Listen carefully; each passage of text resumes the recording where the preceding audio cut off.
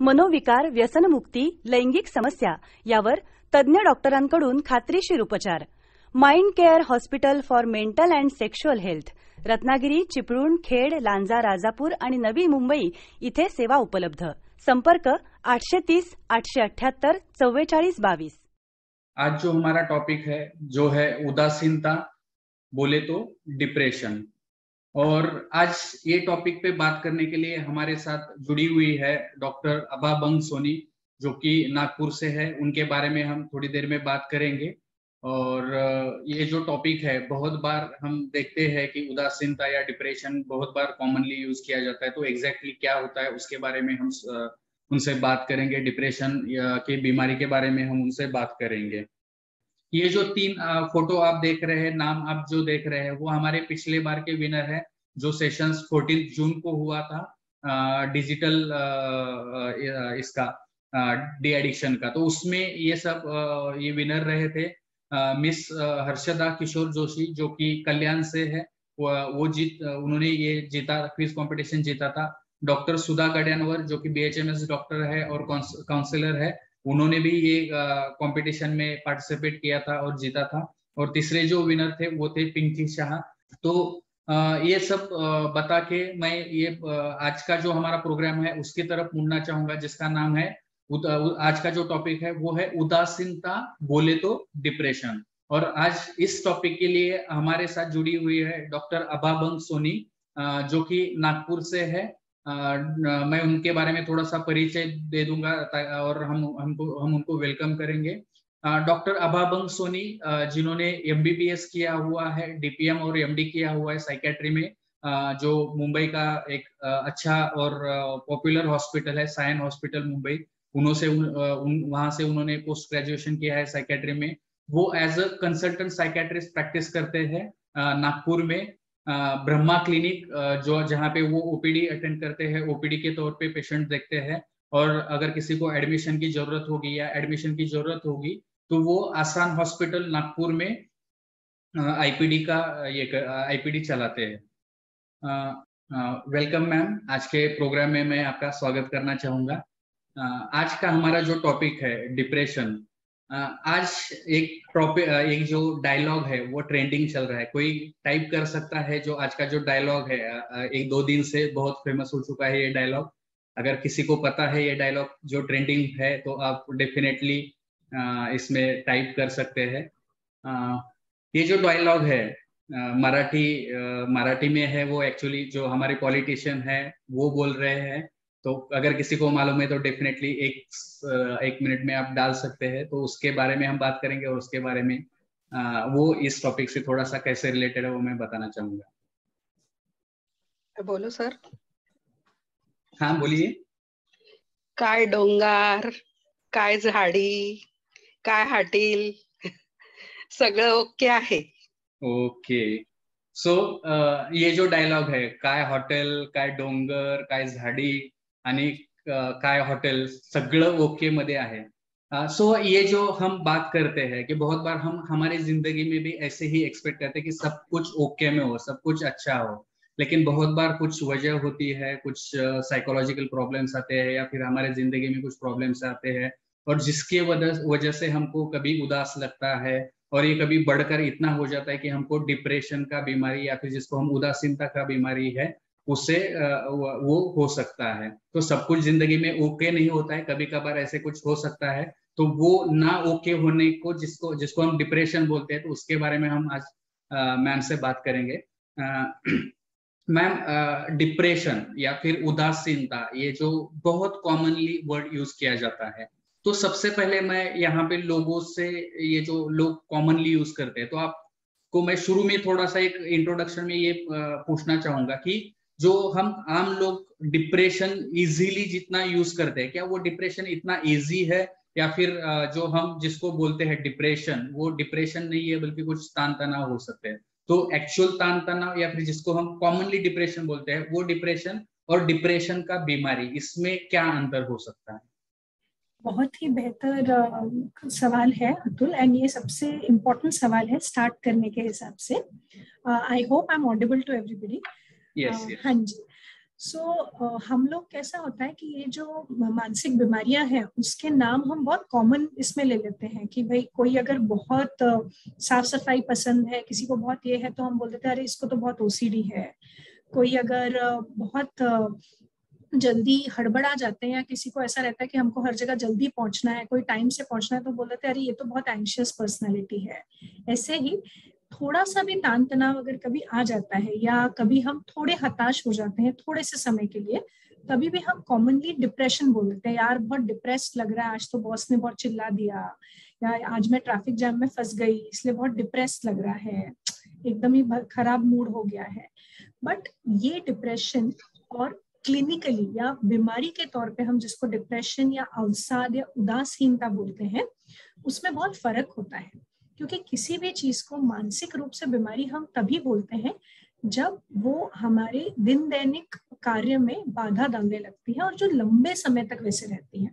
यानी हमारे जो क्राइटेरिया होते हैं जिसके बेसिस पे हम डिप्रेशन को डायग्नोस करते हैं एज साइकेट्रिस्ट ऑल्सो, मानसिक रोग विशेषज्ञ तक, उसमें भी है कि कम से कम 2 हफ्ते के लिए ऐसे हमें लक्षण दिखने चाहिए जो लगातार 2 हफ्ते के लिए बने हुए हैं और जो हमारी डेली फंक्शनिंग में, चाहे वो भक्ति मैम ऑडियो प्रॉब्लम बोल रहे हैं, मेरा ऑडियो और लाउड करना है क्या? मुझे क्लियरली ऑडिबल है? Yes ma'am, you are audible, clear. मैं ऑडिबल है ना? शायद भक्ति मैम आप थोड़ा आपके वहाँ नेटवर्क चेक कर लीजिए मे बी। इसमें सबसे पहला होता है कि मूड जो है पेशेंट का, यानी मन की जो अवस्था है वो बहुत ही बुझी बुझी सी रहती है, उदास दिन भर हमें लगता है, और परसिस्टेंट हम बोलते हैं, यानी लगातार परवेजिव, यानी हर चीज में, किसी भी चीज में आपका मन प्रफुल्लित नहीं होता है, और कम से कम 2 हफ्ते के लिए ऐसा होना चाहिए। साथ में कई लोगों को नींद में दिक्कतें आती हैं, या तो नींद कम हो जाती है, या किसी किसी को दिन भर सुस्त सुस्त लगता है, दिन भर नींद जैसा लगता रहता है, या फिर किसी किसी का पूरा नींद का रूटीन बदल जाता है कि बहुत लेट सो रहे हैं, बहुत लेट तक सो रहे हैं, बार बार नींद टूट रही है। वैसे ही आपके खाने पीने में भी चेंजेस आ जाते हैं कि किसी किसी को बहुत कम भूख लगने लगती है और किसी किसी को ऐसा लगता है कि बस खाते ही रहूं क्योंकि खाने से थोड़ा ठीक लगता है, इसीलिए। बहुत मरीज इसमें ऐसा बोलते हैं कि छोटी छोटी बात पे रोना आ जाता है, कभी कभी बिना कारण भी रोने जैसा आता है, मन हमेशा भरा भरा सा लगता है। और जो चीजों में पहले आनंद मिलता था, पहले खुशी मिलती थी, जैसे कोई हॉबीज हो गई या टीवी देखना हो गया या बच्चों के साथ टाइम स्पेंड करना हो गया, वो चीजों में मजा नहीं आने लगता है। आपके नॉर्मल डे टू डे चीजों में से इंटरेस्ट कम हो जाता है, काम में मोटिवेशन कम हो जाता है, दोस्तों के साथ घूमने फिरने में मन नहीं लगता है, लोगों से बातचीत करने की इच्छा नहीं रहती है, और कभी कभी फिर नेगेटिव थॉट्स पूरे समय दिमाग में घूमते रहते हैं। मतलब वो नकारात्मकता इतनी हो जाती है कि हर चीज में ऐसा लगता है कि कुछ अच्छा नहीं है, ना हम अच्छे हैं, ना हमारे आसपास के लोग अच्छे हैं, ना दुनिया अच्छी है, हमें हर चीज में नेगेटिव नेगेटिव नेगेटिव दिखने लगता है।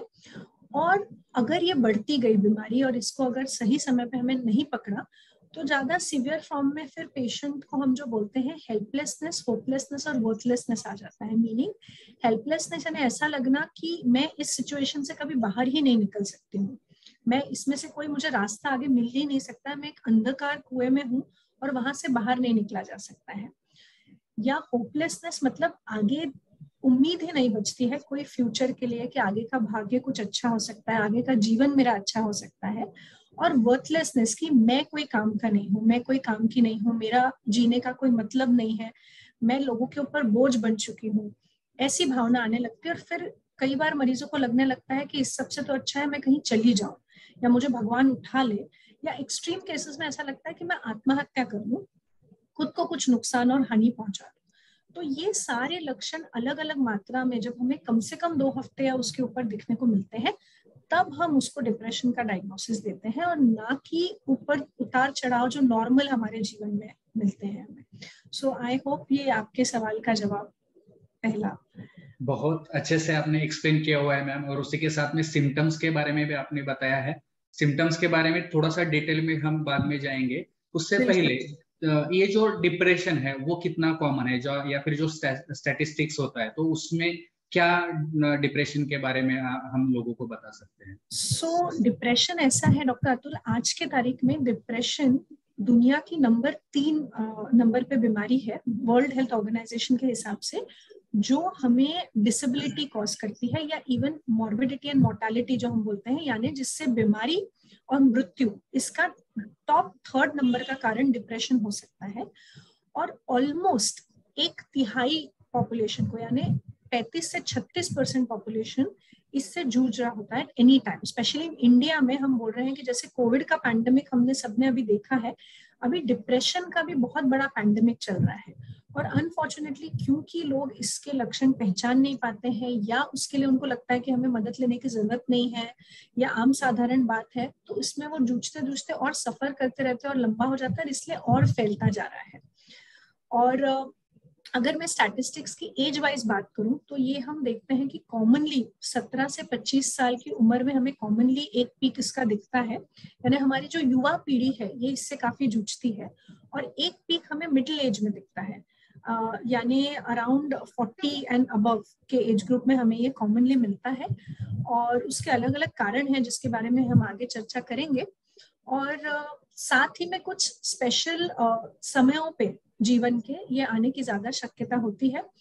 रिसर्च ने पहले से बताया है कि डिप्रेशन फीमेल्स में, महिलाओं में ज्यादा कॉमन है एज कंपेयर टू पुरुषों में। अब अगेन इसके कई सारे कारण हैं, और ऐसा नहीं है कि पुरुषों में कभी नहीं होता है, इट्स जस्ट दैट महिलाओं में थोड़ा सा ज्यादा मात्रा में पाया जाता है, पर दोनों ही जेंडर इससे जूझ सकते हैं। तो मोटा मोटी अगर स्टैटिस्टिक्स की मैं बात करूं तो आई थिंक ये रेलेवेंट स्टैटिस्टिक्स है डिप्रेशन के। अगर हम कॉजेस देखा जाए या फिर इसके कारण देखे जाए तो क्या हो सकते हैं, मतलब किस वजह से ये डिप्रेशन की बीमारी हो सकती है? जैसे कोई भी मानसिक बीमारी के केस में होता है तो यहाँ पे हमें 3 चीजें होती हैं जो मिला जुला के, जिनका सामंजस्य से हमें डिप्रेशन या उदासीनता की बीमारी हो सकती है। एक होता है बायोलॉजिकल, एक होता है साइकोलॉजिकल, और तीसरा होता है सोशल।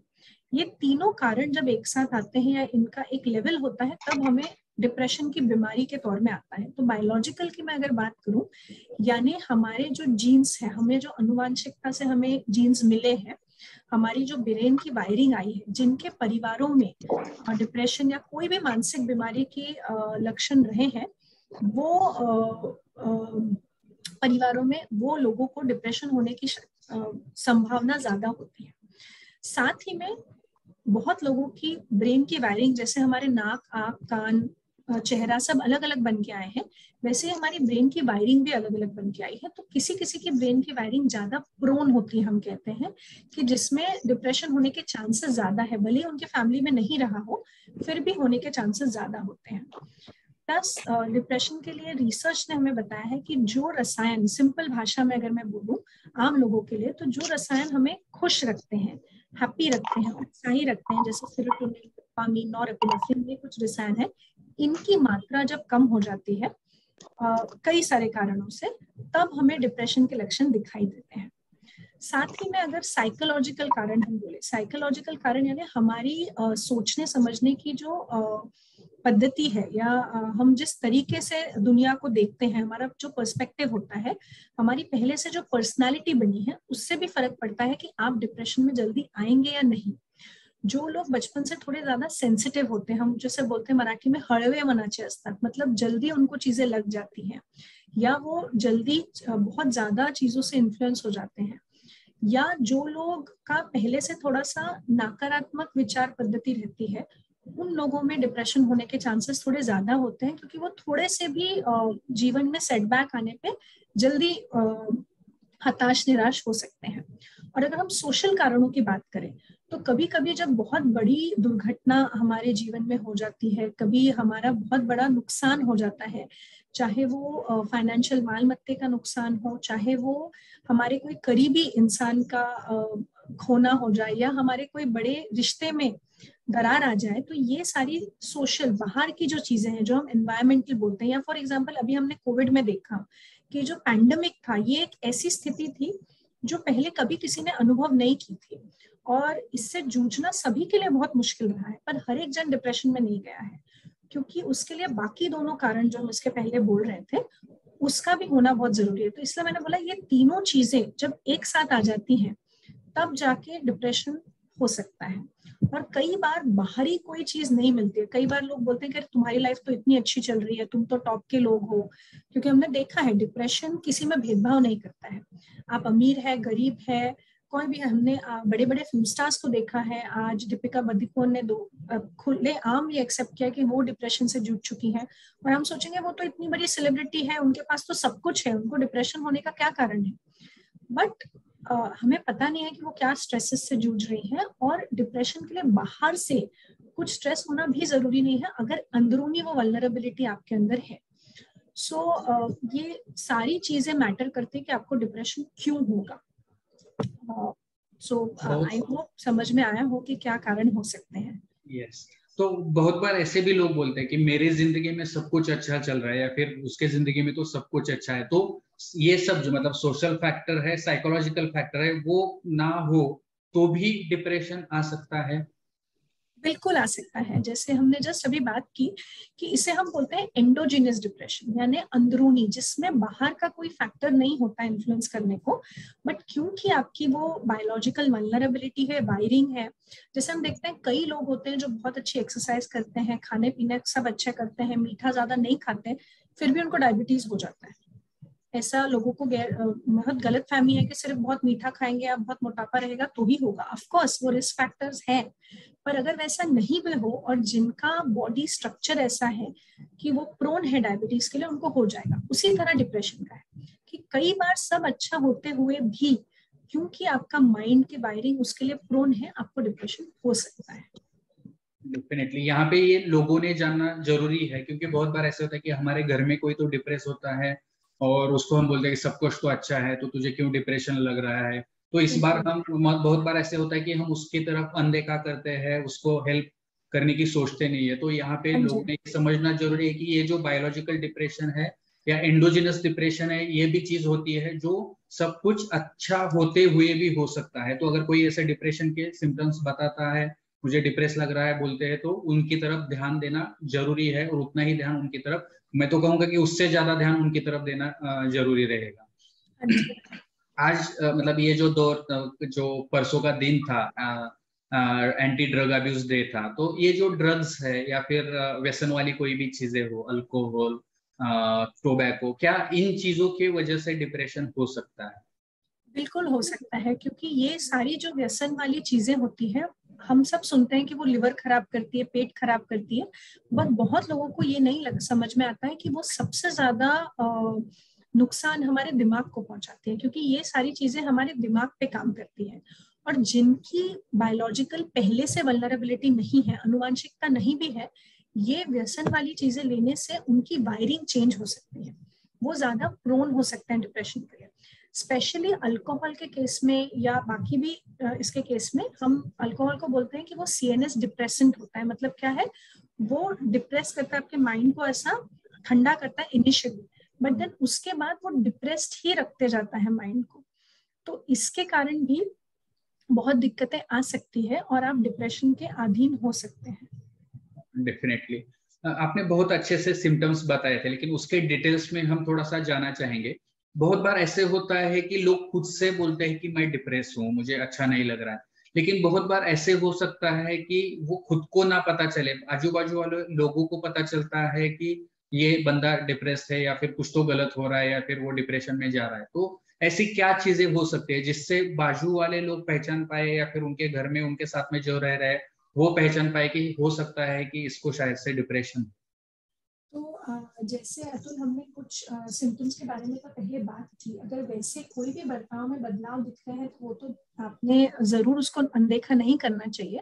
साथ ही में अगर आपको लगे कि आपके परिवार के लोग या आपके मित्र अचानक से थोड़े बुझे बुझे रहने लग रहे हैं, कम बात कर रहे हैं, घुलना मिलना बंद कर दिया है उन्होंने, या आजकल छोटी छोटी बात पे चिड़चिड़े हो गए हैं कई बार, क्योंकि मैंने जैसा बताया नकारात्मक एक व्यू हो जाता है खुद के बारे में, सबके बारे में, तो वी से उसको हम खुद के ऊपर का जो गुस्सा है या लोगों के ऊपर का गुस्सा है वो हर छोटी चीज में निकलने लगता है।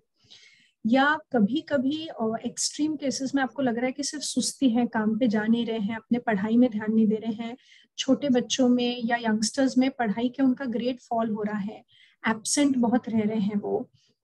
या फिर कभी कभी कई लोग जैसे आप अभी व्यसन की बात कर रहे थे, कई लोग व्यसन की तरफ मुड़ जाते हैं क्योंकि उनको नींद नहीं आ रही है, क्योंकि उनको लगता है कि हमें ये नशा करने से थोड़ी देर के लिए शांति मिल जाएगी, हमारे थॉट्स थोड़े कम हो जाएंगे। तो अचानक अगर नशा करने लगे या नशा बढ़ गया है, जो लोग हमेशा कहते हैं, तो वो भी एक लक्षण हो सकते हैं। सीवियर केसेस में अगर आप देख रहे हैं कि लोग आजकल ऐसा बोलने लगे हैं कोई कि मैं तो, मेरे कारण सबको बहुत तकलीफ हो रही है, मैं तो परिवार पे बोझ हूँ, मैं किसी काम की नहीं हूँ, मैं कुछ काम नहीं कर पा रहा हूँ, या फिर ऐसा बोलने लगे मैं कहीं चला जाऊंगा तो ज्यादा अच्छा है, मेरे को भगवान उठा लेगा तो ज्यादा अच्छा है। या हम बोलते हैं कि जैसे सुसाइड के लक्षण पहचानने के लिए कभी कभी लोग बोलने लगते हैं कि मैं मर जाऊं तो मेरे बाद आप ये कर लेना, या फिर वो अपना विल वगैरह बनाने लगते हैं अचानक से, not in a Sen mount, अपने जो भी किसी के साथ लेन देन है वो क्लियर करने अचानक लग जाते हैं। या आपको अचानक कभी कभी वो ऐसे, उनके बातों पर से समझ में आता है कि वो ऐसे बता रहे हैं कि मेरे बाद क्या होने वाला है। तो अचानक अगर मरने की बातें करने लगे हैं, या कुछ खरीद के ऐसी चीजें ले आए हैं, किसी ने पॉइजन ले आया है, किसी ने रस्सियां वगैरह ले आई है, तो ये सारे लक्षण हो सकते हैं जो हमें दिखा रहे हैं कि डिप्रेशन की तरफ पेशेंट जा रहा हो सकता है। तो अगर आपको इसमें से कोई भी लक्षण दिखे तो आप जरूर उन्हें पूछें, उनके लिए मदद का हाथ बढ़ाएं, और उन्हें कोई मानसिक रोग विशेषज्ञ के पास जरूर ले जाएं ताकि उसका ट्रीटमेंट जल्द से जल्द हो सके। थैंक यू मैम, बहुत अच्छे से आपने बताया है। डेफिनेटली अगर किसी के घर में कोई ऐसे होगा तो, या फिर फ्रेंड के साथ में होगा तो डेफिनेटली अभी वो उसको पहचान पाएंगे। एक जो है कॉग्निटिव डोमेन होता है, फिर कॉग्निशन हमारा जो रहता है, ये जो ध्यान रखने की कैपेसिटी हो, कंसंट्रेशन हो, तो इस पे डिप्रेशन का क्या असर होता है? तो डिप्रेशन में क्योंकि हमारे थॉट्स जो है, हमारे विचार शैली जो है वो पूरी तरह नकारात्मक रहती है और कुछ ना कुछ कांस्टेंट चलता रहता है, इसके कारण हमारे कॉग्निशन पर भी असर पड़ता है। मतलब लोग हमें कंप्लेन करते हैं कि अब वो कॉन्सेंट्रेट नहीं कर पा रहे पढ़ाई के ऊपर, काम के ऊपर ध्यान नहीं दे पा रहे हैं, उनको चीजें याद नहीं रहती है, जैसे छोटी छोटी चीजें भूलने लगते हैं, चीजें कहाँ रखी वो ध्यान नहीं रहता है। वो इसको एक्चुअल भूलना नहीं बोलते हम, इसे हम क्लिनिकल टर्म में स्यूडो डिमेंशिया कहते हैं। मतलब भूलने की बीमारी नहीं हुई है, पर क्योंकि दिमाग में विचार कंटिन्यूअसली चल रहे हैं तो ध्यान ही कम हो जाता है। तो अगर हमने रजिस्टर ही नहीं की है वो चीज तो हमें याद नहीं आने वाली। सिंपल एग्जाम्पल अगर मैं दूंगी तो सपोज आपने कहीं कुछ चाबी रख दी या कोई सामान रखा है, पर वो रखते समय आपके दिमाग में कुछ और थॉट्स चल रहे हैं, आपका नेगेटिविटी चल रही है, तो आपने कहाँ रखा है वो रजिस्टर ही नहीं किया है, तो बाद में याद ही नहीं आएगा कि कहाँ आपने रखा हुआ है। ये हो जाता है। और क्योंकि वो काम नहीं कर पाते, मोटिवेशन नहीं लगता है, उनको सिंपल कैलकुलेशंस में कभी कभी प्रॉब्लम्स होने लग जाते हैं। और ये हमारी जो इंटेलिजेंस की फैकल्टी होती है, जिसे आप कॉग्निटिव डोमेन बोल रहे थे, या सोचने समझने की शक्ति हम अगर सरल भाषा में उनको बोले, तो उस पे भी इसका इफेक्ट दिखने लगता है सीवियर केसेस में। और वो इन टर्न फिर से ऐड करता है खुद के बारे में कॉन्फिडेंस, आत्मविश्वास कम करने में, खुद के बारे में और नेगेटिव फीलिंग लाने में कि देखो अब तो मुझे ये भी नहीं आ रहा है, अब तो मैं इस भी काम की नहीं रह गई।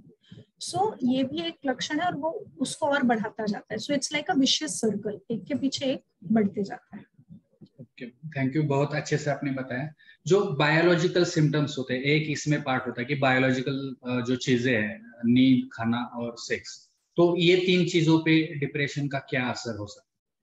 तो इसमें फिक्स नहीं रहता है, बट मेजॉरिटी केसेस में नींद कम होने लगती है, या नींद में दिक्कतें आती है, देरी से लगने लगती है, या अर्ली मॉर्निंग अवेकनिंग बहुत कॉमन होता है कि नॉर्मल टाइम से बहुत जल्दी उठने लगते हैं और उठने के बाद फ्रेश फील नहीं होता है, ऐसा बहुत खराब फीलिंग आती है। सुबह उठ के रेस्टेड नहीं लगता है कि हम नींद में अच्छे से सोए, ऐसा नहीं लगता है। कुछ लोग नाइटमेयर्स की भी कंप्लेन करते हैं कि बुरे सपने उनको आते हैं, बुरा ये लगता है। और साथ में कम परसेंटेज लोगों में हम देखते हैं कि नींद पैराडॉक्सिकली बढ़ जाती है, कि ज्यादा सुस्ती लगने लगती है, दिन भर थकान लगती है, दिन भर सुस्त लगता है। सिमिलरली अगर हम भूख की बात करें तो मेजॉरिटी केसेस में भूख कम हो जाती है, इच्छा ही नहीं होती खाने की, खाने में कोई इंटरेस्ट नहीं लगता है, पहले जो चीजें बहुत पसंद की थी वो भी पसंद नहीं आती है अभी। पर कुछ लोगों को खाने से थोड़ा सा बेटर फील होता है, मतलब अगर उनको बहुत रोना आ रहा है, बहुत सैड लग रहा है, तो उस खाने को एज अ मेडिसिन, या जैसे हम शराब को व्यसन के लिए यूज करते हैं वैसे कुछ लोग खाने को व्यसन के लिए यूज करते हैं। तो किसी में खाना बढ़ भी जाता है कुछ केसेस में। सिमिलरली सेक्स में भी ऐसा ही होने लगता है कि सेक्स करने की इच्छा कम हो जाती है, पास आने की इच्छा कम हो जाती है, किसी किसी को sexual problems in the terms of कि उनको लिंग टाइट नहीं होना, या फिर किसी किसी में शीघ्र पतन होना, पर मेजॉरिटी लोगों में सेक्स करने की इच्छा कम हो जाती है। स्टार्टिंग फेज में कुछ कुछ लोगों को अगेन जैसे खाने से थोड़ा सा ठीक लगता है, किसी किसी को सेक्स करने के बाद ऑर्गेजम से थोड़ा प्लेजरेबल लगता है, थोड़ा टाइम के लिए बेटर लगता है, तो इनिशियल पार्ट में किसी किसी का सेक्सुअल एक्टिविटी बढ़ भी सकता है। बट मेजॉरिटी केसेस में ये तीनों चीजें, भूख, नींद और सेक्स, सभी कम होने लग जाती हैं डिप्रेशन में, क्योंकि ये प्लेजरेबल चीजें कम होने लग जाती है। कुछ ही केसेस में पैराडॉक्सिकल इफेक्ट हमें दिखता है। डेफिनेटली यहाँ पे मैं लोगों को ये बताना चाहूंगा कि ये जो डिप्रेशन के लक्षण होते हैं, बहुत बार हम बोलते हैं कि वो इतना तो सो रहा है, इतना खा रहा है, फिर उसको डिप्रेशन कैसे हो सकता है? तो उसको भी डिप्रेशन हो सकता है।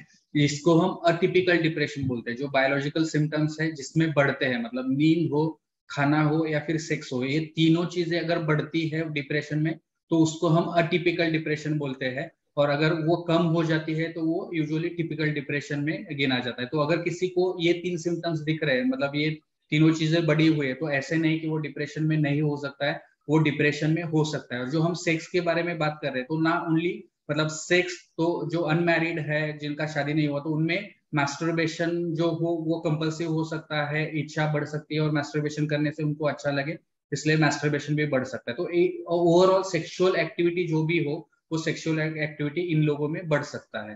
तो ये हुआ जो हम बायोलॉजिकल सिम्टम्स के बारे में बात कर रहे थे। एक जो कैटेगराइजेशन होता है, या फिर माइल्ड, मॉडरेट, सीवियर, ये किस हिसाब से हम बोल सकते हैं? या फिर बहुत सारे लोगों को लगता है कि ये थोड़ा सा है डिप्रेशन, तो मैं कुछ नहीं करूंगा तो चलेगा, मतलब बहुत बार ऐसे सजेशंस देते हैं कि आप अरे ज्यादा कुछ नहीं है, आप एक्सरसाइज कर लो, या फिर किसी के साथ जाके बात करो तो आपका ये डिप्रेशन कम हो जाएगा। तो ये एज अ साइकेट्रिस्ट हम किसको बोलेंगे कि ये माइल्ड है, ये मॉडरेट है और ये सीवियर है? और कब लोगों ने काउंसलिंग करा लेना चाहिए और कब लोगों ने ट्रीटमेंट के लिए अप्रोच करना चाहिए?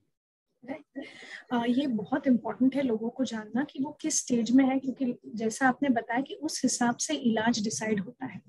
तो माइल्ड डिप्रेशन हम तब बोलते हैं जब बायोलॉजिकल सिम्टम्स थोड़े कम होते हैं, या जस्ट इनिशियली बायोलॉजिकल सिम्टम्स आ रहे हैं, यानी नींद, खाना और सेक्स पे इफेक्ट आ रहा है, बट हमारे थॉट में चेंजेस आ गए हैं कि हमें उदास उदास लगने लगा है, नेगेटिव रहने लगे हैं, थोड़ा पहले जितना मन नहीं लगता है, ना काम में लगता है ना प्लेजरेबल एक्टिविटीज में, और हल्का चिड़चिड़ आने लगा है, थोड़ा बहुत रोना कभी कभी लगता है, बट कभी भी हमें ये नहीं लगता है कि डेथ विशेस जो हम बोलते हैं कि हम मर जाए तो अच्छा है, या सुसाइड के थॉट्स नहीं आते हैं, या नींद ठीक ठाक रहती है, खाना पीना भी ओके रहता है। तो ये इनिशियल पार्ट होता है डिप्रेशन का, जस्ट स्टार्टिंग, तो इसे हम माइल्ड बोलते हैं। अगर इस टाइम पे लोग रिकग्नाइज कर लें और अप्रोप्रिएट हेल्प सीख कर लें, तो यहाँ पे कई बार थेरेपी से या काउंसलिंग से भी पेशेंट को इसके बाहर लाया जा सकता है। तो इसके लिए कई टाइप की थेरेपीज है। सबसे कॉमन हम बोलते हैं कॉग्निटिव बिहेवियर थेरेपी, जो वेल रिसर्च है, जो इस पे काम करती है। तो ये केसेस को काउंसलिंग से या साइकोथेरेपी से मदद हो सकती है। बट अगर धीरे धीरे पेशेंट इस स्टेज में भी ट्रीट नहीं हुआ और थोड़ा आगे गया, जहाँ पे उनकी नींद की दिक्कतें बढ़ गई हैं, उनकी खाने की दिक्कतें बढ़ गई हैं, सेक्स में तकलीफ आने लगी है, वो धीरे धीरे काम पे जाना बंद करने लगे हैं या स्कूल जाना बंद करने लगे हैं, या फिर जहाँ काम बिल्कुल घर पे हाउसवाइफ से और काम ही नहीं कर रही, दिन भर रोना रोना ज्यादा आ रहा है, खुद के बारे में नेगेटिव थॉट्स आ रहे हैं, कभी कभार डेथ विशेस बहुत रेयरली आते हैं कि मैं कुछ कहीं चला जाऊं या कुछ कर लूं, बहुत रेयरली, तो हम इसको मॉडरेट कैटेगरी बोलते हैं। पर इस समय में भी सिर्फ काउंसलिंग वर्क नहीं करती, क्योंकि यहाँ पे अब अगर आपके बायोलॉजिकल लेवल पे चेंजेस आ रहे हैं, मतलब आपके न्यूरोट्रांसमीटर यानी जो हम दिमाग के केमिकल्स बोल रहे हैं उनमें इफेक्ट आने लगा है। तो अगर केमिकल लोचा है, केमिकल लेवल पे लोचा आने लगा है, जिसे हम सरल भाषा में बोलेंगे, तो फिर अपने को मेडिकेशंस की जरूरत पड़ती है वो केमिकल इम्बैलेंस को ठीक करने के लिए, नॉर्मल पे लाने के लिए। एंड इससे सिवियर हम बोलते हैं कैटेगरी, जहां पेशेंट को डेथ विशेस रेगुलरली आ रही है, यानी खुद को मैं मर जाऊं तो अच्छा है ऐसा लगने लगा है, सुसाइड के थॉट्स बहुत आने लगे हैं कि मैं आत्महत्या कर लूं तो अच्छा है, या आत्महत्या के बारे में प्लानिंग करने लगे हैं, चीजें लाने लगे हैं आत्महत्या करने के लिए। ऐसे उनके बातचीत से लगने लगा है कि मैं तो कुछ काम का ही नहीं हूँ, मेरे होने का कोई फायदा नहीं है, आगे जीवन में कोई उम्मीद नहीं है, जो हमने 3 ये बोले, होपलेसनेस, हेल्पलेसनेस, वर्थलेसनेस, ये सिम्टम्स जहां आने लगते हैं बायोलॉजिकल सिम्टम के एडिशन में, पहले वाले सिम्टम के एडिशन में, तो यहाँ ये सिवियर कैटेगरी में आ जाता है। तो यहाँ पे डेफिनेटली मेडिकेशंस, और कभी कभी अगर वो सुसाइड के थॉट्स बहुत ज्यादा है या सुसाइड के अटेम्प्ट्स बहुत करने लगे हैं पेशेंट्स, तो उस समय में कभी कभी हॉस्पिटलाइजेशन और आगे की बायोलॉजिकल थेरेपीज भी देना, लाइक ECT वगैरह, जरूरी हो जाता है, क्योंकि ये जान बचाने की थेरेपीज हो जाती है इस पॉइंट ऑफ टाइम पे। सो ये 3 तरीके से इनका कैटेगराइजेशन होता है, इस तरह से ही इनकी ट्रीटमेंट भी डिसाइड की जाती है। तो मैं शॉर्ट में समराइज करना चाहूँ तो माइल्ड डिप्रेशन जो होता है उसमें सिर्फ दिमाग की सोच में थोड़ा सा गड़बड़ होता है, नेगेटिविटीज्म आ जाता है या फिर नेगेटिव विचार आ जाते हैं। मॉडरेट होता है तो उसके बायोलॉजिकल सिम्टम्स आने लगते हैं, मतलब नींद, खाना और सेक्स, इन तीनों पे असर होने लगता है। और जब सीवियर हो जाता है तो वो उसको सुसाइडल आइडिएशन, एक्टिव और पैसिव डेथ विशेस आने लगते हैं। इसमें एक जो सीवियर डिप्रेशन होता है उसमें और एक तरह से भी ये प्रेजेंट करते हैं कि साइकोसिस, बहुत बार कुछ पेशेंट जो होते हैं तो साइकोसिस से भी प्रेजेंट कर सकते हैं। तो आप उसके बारे में कुछ बोलना चाहेंगे? अगर पेशेंट प्रीवियसली डिप्रेशन में था और अचानक से साइकोसिस में गया तो वो भी पॉसिबिलिटी हो सकता है। बिल्कुल हो सकती है, you right doctor Atul, thank you मुझे याद दिलाने के लिए, क्योंकि ये मैंने मेंशन नहीं किया था। साइकोसिस यानी जहाँ पे हम बोलते हैं कि पेशेंट को ऐसे अनुभव आने लगते हैं, भ्रम जैसे अनुभव आने लगते हैं या शंका आने लगती है, या कभी कभी कुछ मरीजों को कुछ हम बोलते हैं भास होना, यानी कुछ ऐसा सुनाई देना जो बाकी किसी को सुनाई नहीं दे रहा हो, या ऐसा महसूस होना कि लोग उनके बारे में ही बात कर रहे हैं, कोई उनको नुकसान पहुंचाने को देख रहा है। और ये इसी लाइन पे होता है जो डिप्रेशन के, जैसे अगर उनको सुनाई भी दे रहा है तो ऐसा सुनाई देता है कि तुम खराब हो, तुम कुछ काम के नहीं हो, तुम्हारे कारण सब चीजें खराब हो रही है, ऐसी टाइप की आवाजें, जिसे हम बोलते हैं मूड कांग्रुएंट साइकोटिक फीचर्स। क्योंकि उनका नेगेटिव मूड है तो नेगेटिव चीजें ही सुनाई देना, और ऐसा लगना कि लोग इसीलिए मुझे नुकसान पहुंचा रहे हैं, मेरे बारे में ये बात करें कि ये देखो ये बेकार आदमी है, इसके कारण ऐसी चीजें हो रही हैं, या ये मर जाए तो अच्छा है, ऐसी चीजें उनको लगने लगती हैं। इसमें कभी कभी मूड इनकॉन्ग्रुएंट साइकोटिक फीचर्स भी होते हैं, जहां पे उनको ऐसा लगने लगता है कि भाई लोग मेरे को मारने के लिए बाहर आए हैं, या मुझे जानबूझ के तकलीफ पहुंचा रहे हैं, और इसीलिए ये डिप्रेशन मेरे को हो रहा है, या किसी ने मेरे ऊपर काला जादू कर दिया है, मेरे परिवार पे काला जादू कर दिया है, तो इसीलिए मुझे ये डिप्रेशन के लक्षण हो रहे हैं।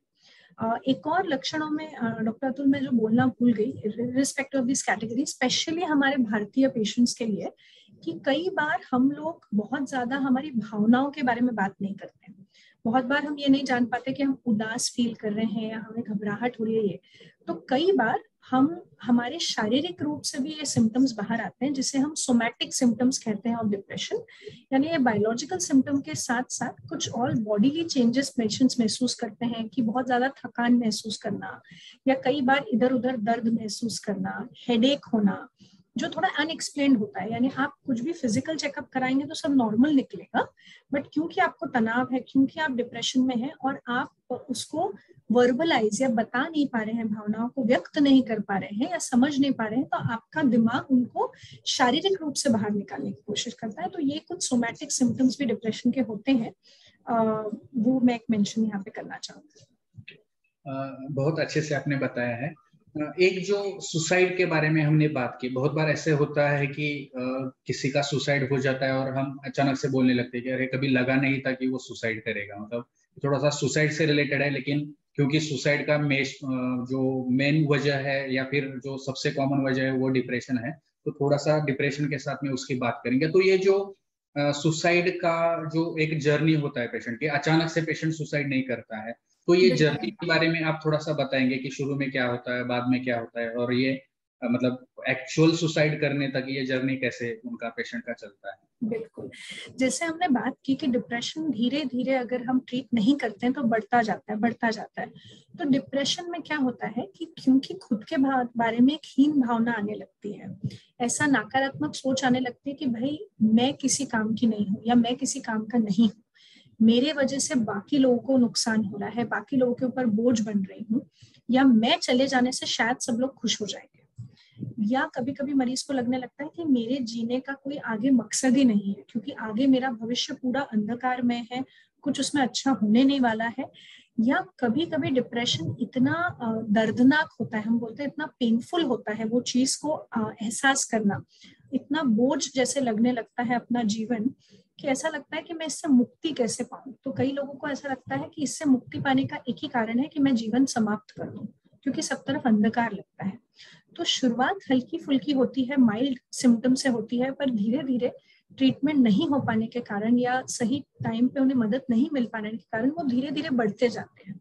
और क्योंकि जैसे लक्षण बढ़ते हैं उनका कामकाज बंद हो जाता है, लोगों से मेलजोल बंद हो जाता है, अकेलापन आ जाता है।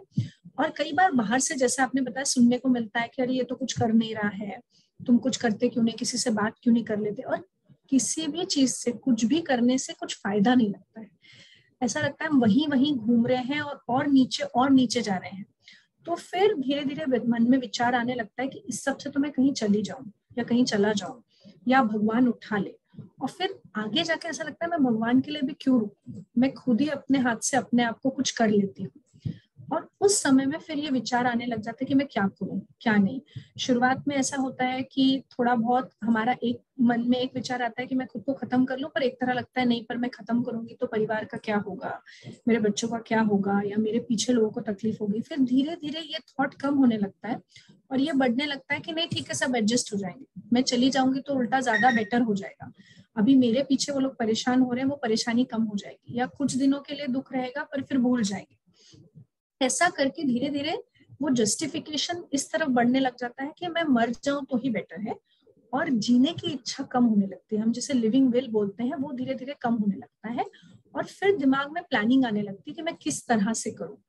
तो मैं पॉइजन ले लूं, या मैं रस्सी ले आऊं फांसी लगाने के लिए, या मैं ट्रेन के सामने कूद जाऊं, या मैं इसको एक्सीडेंटल कर लूं।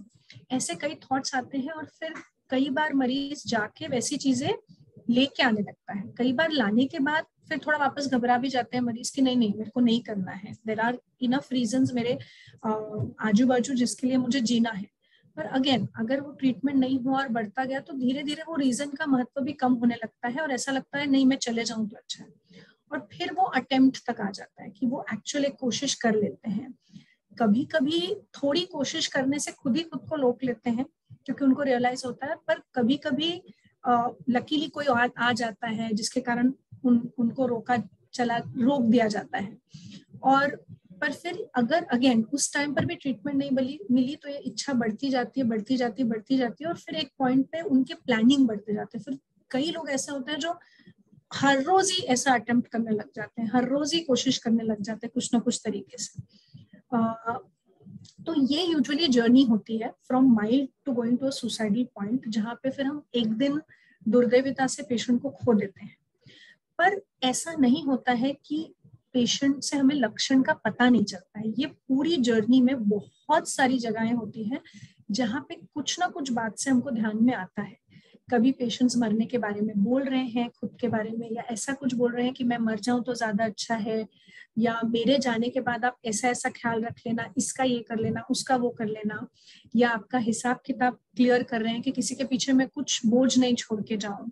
या कभी कभी मरने के तरीके ढूंढना, आजकल लोग गूगल करते हैं हाउ टू डाई या ये कैसे होगा, या कभी अचानक बहुत रोने लग जाते हैं और ऐसा बोल देते हैं कि मेरा जीवन में कुछ बचा ही नहीं है, मेरा एकदम अंधकार जीवन है। ये सारे भी वाक्य जो है इसको कई बार हम टाल देते हैं, अरे तुम ऐसे ही बोल रहे हो, इतना कुछ बड़ा हुआ नहीं है जीवन में, इट्स ओके। बट ये वार्निंग साइंस होती है, स्टार्टिंग साइंस होती है कि जहाँ पे मरीज एक तरह से उनके अंदर का जो जीने की इच्छा है, लिविंग विल है, वो ये चीजें दिखा रही है बाहर, ताकि कहीं से कोई मदद मिल जाए। इसे हम कहते हैं क्राई फॉर हेल्प, मदद की पुकार के जैसा ये होता है कि जहाँ पे मरीज जीना चाह रहे हैं पर उनको उसके लिए बाहर से मदद लग रही है इसके लिए, पर या फिर आप देख रहे हैं कि वो ऐसी जो चीजें खरीद के ले आए हैं या एक भी अटेम्प्ट किया है। कई बार हम देखते हैं कि लोगों ने 10 अटेम्प्ट कर लिया और कभी उनको मानसिक रोग विशेषज्ञ के पास लेके ही नहीं जाया गया उसके बावजूद भी, क्योंकि लोगों को लगता है ये अटेंशन सीकिंग के लिए कर रहे हैं या फिर ये ऐसे ही टाइम पास में कर रहे हैं। पर ऐसा नहीं है। हर एक अटेम्प्ट को भी, या हर भले उन्होंने छोटा सा हाथ क्यों नहीं काटा हो और खुद को खुद ही रोक लिया हो, पर अगर आपको ये चीज ध्यान में आ रही है तो ये भी एक बहुत बड़ा वार्निंग साइन है, ये भी एक लक्षण है जिसके लिए आपने उनको तुरंत ले जाना है और इन्हें मदद दिलानी है। तो डॉक्टर अतुल प्लीज और कुछ अगर पॉइंट्स में भूल गई हूँ तो डेफिनेटली आप ऐड करिए इसमें। नहीं, डेफिनेटली बहुत अच्छे से आपने बताया है। मेरा ये क्वेश्चन रखने का यही इरादा था कि लोग पहचान पाए कि ये एक दिन में नहीं होता है। सुसाइड जो होता है एक दिन में आदमी कमिट नहीं करता है। हमको 5-6 महीने या फिर 3-4 महीने मिल जाते हैं जिसमें हम कहीं पे भी इंटरवीन करें, कहीं पे भी हम उससे बात करें तो हमें पता चल सकता है कि वो डिप्रेशन है और हम उसको अच्छे से मदद दे सकते हैं और उसकी जान बचा सकते हैं। तो यही मेरा इरादा था और आपने बहुत अच्छे से वो एक्सप्लेन किया है। बहुत बार ऐसे होता है कि वो जो पेशेंट्स है, हम ट्रीटमेंट के बारे में बाद में बात करेंगे, लेकिन उससे पहले ऐसे होता है कि बहुत बार पेशेंट कोप अप करने की कोशिश करते हैं, डिप्रेशन से कोप अप करने की कोशिश कर सकते हैं। लोग बोलते हैं या फिर खुद से उनको लगता है कि मैं ये करूंगा तो ये हो जाएगा। तो इसमें से कुछ हेल्दी वेज है, कुछ अनहेल्दी वे है, तो उसके बारे में आप बताएंगे कि लोग डिप्रेशन से कैसे कोप अप करने की कोशिश कर सकते हैं। देखिए, जैसे हमने बोला कि जब तक माइल्ड लेवल पे है तब थोड़ा काउंसलिंग या कोपिंग स्ट्रैटेजीज जो हम बोलते हैं उसको मदद हो सकती है। जैसे कि जो हम 5 एसेंशियल चीजें बोलते हैं, एक तो नींद ठीक रखने की कोशिश करना, कि एक साउंड आपको 7 से 8 घंटे की अच्छी नींद आए। उसके लिए अच्छी नींद के कुछ हाइजीनिक स्लीप हम बोलते हैं उसके फंडे होते हैं, जिसमें आपका सोने और उठने का समय आपने फिक्स रखना है। हो सके तो आपका जो सोने की जगह है, आपकी जो बेड है, उसको सिर्फ नींद के लिए या सेक्स के लिए ही यूज करना है। फिर आपको एक अच्छा अंधेरा वाला रूम जहाँ पे थोड़ा टेम्परेचर अच्छा हो ऐसा रखना है। थोड़ा सा आपको स्क्रीन टाइम अवॉइड करना है 1-1.5 घंटे पहले एटलीस्ट नींद के, क्योंकि उससे नींद हैम्पर होती है। तो ये सारी छोटी छोटी चीजें हैं जिससे आप आपकी स्लीप को बेटर कर सकते हैं। ये एक गुड हेल्दी कोपिंग का मैकेनिज्म होता है। साथ ही में रेगुलर एक्सरसाइज करना, किसी भी टाइप का एक्सरसाइज करने से हमारे बॉडी में कुछ नेचुरल केमिकल्स एंडोर्फिन्स रिलीज होते हैं जो हमें, जिसको हम सिंपल भाषा में हैप्पी हार्मोन्स कहते हैं, तो वो थोड़ा सा हमारे माइल्ड डिप्रेशन के टाइम पे हमें हेल्प कर सकता है। तो रेगुलर एटलीस्ट हफ्ते में 5 दिन रफली टोटल ऑफ 150 मिनट्स की एक्सरसाइज एक हफ्ते में बहुत इफेक्टिव रहती है। और इसको अगर हम first half of the day में करें तो ये रात की नींद भी हमें अच्छी देता है, तो ये स्लीप में भी हेल्प करती है और ओवरऑल रेगुलराइज रूटीन करने में भी हेल्प करता है। थर्डली, खाना पीना थोड़ा न्यूट्रिशियस रखना, हेल्दी साइड में रखना, जंक कम रखना और एक रेगुलर करना, यानी ओवर ईटिंग भी नहीं करेंगे और अंडर ईटिंग भी नहीं करेंगे, क्योंकि कम खाने से हमारा न्यूट्रिशन अगर कम हो, विटामिन की डेफिशिएंसी हो, विटामिन B12, विटामिन D, ये सारी चीजें भी डिप्रेशन को कंट्रीब्यूट कर सकती हैं। तो एक रेगुलर अच्छा हेल्दी खाने से भी हमें माइल्ड डिप्रेशन में बेटर मदद होती है। साथ में स्क्रीन टाइम के बारे में अगर हम बात करें, जैसे लास्ट सेशन हमारा डिजिटल डिटॉक्स के ऊपर हुआ, वहाँ आई एम श्योर डॉक्टर डिसूजा ने आप लोगों को काफी सारे टिप्स बताए हैं उसके बारे में। तो डिजिटल इसमें हम अनहेल्दी कोपिंग में आ जाता है कि जब आप ज्यादा स्क्रीन यूज करने लगते हैं, ज्यादा लाइक सोशल मीडिया के ऊपर ज्यादा टाइम स्पेंड करने लगते हैं अपने डिप्रेशन से कोप अप करने के लिए, खुद को अप करने के लिए, तो वो एक्चुअली नेगेटिव इफेक्ट करता है आपके ऊपर, हैम्पर करता है आपके इसको। तो डिजिटल यूज अपना रिस्पॉन्सिबल रखना, लिमिटेड रखना फॉर अ लिमिटेड पीरियड, और जो सर ने लास्ट टाइम टिप्स बताया उसको फॉलो करके स्लीप से अवे वगैरह रखना, तो उससे स्लीप में भी मदद होता है, आपका डिप्रेशन की कोपिंग भी बेटर हो सकती है। एंड फिफ्थ थिंग इज सारे जो अलग अलग व्यसन होते हैं जिसके बारे में हमने बात की कि हम टेम्पररी उससे हमें रिलीफ मिल सकता है, चाहे वो अल्कोहल हो, चाहे कैनबिस हो, चाहे टोबैको हो, ये सारी चीजों से हमें थोड़ा बहुत टाइम के लिए थोड़ा बेटर लगता है या हम भूल जाते हैं नशे में, पर जब वो नशा उतरता है तो उससे पैराडॉक्सिकल हमारे डिप्रेशन है ये ज्यादा हो जाता है, रीबाउंड हम बोलते हैं उसको, ज्यादा हो जाता है। तो ये चीजों का सेवन अवॉइड करना कंप्लीटली, या इसको हम अनहेल्दी कोपिंग बोलते हैं जब हम व्यसनाधीन हो जाते हैं। कई लोग ऐसा होता है कि डिप्रेशन से जूझने के लिए व्यसन लेते हैं और फिर वो एडिक्शन में चले जाते हैं, व्यसनाधीन हो जाते हैं, तो उसको अवॉइड करना। और ये हमारे यूथ को जानना बहुत जरूरी है, क्योंकि कई बार एज अ क्विक फिक्स वो इसको करने लगते हैं और वो अनहेल्दी होने लग जाता है।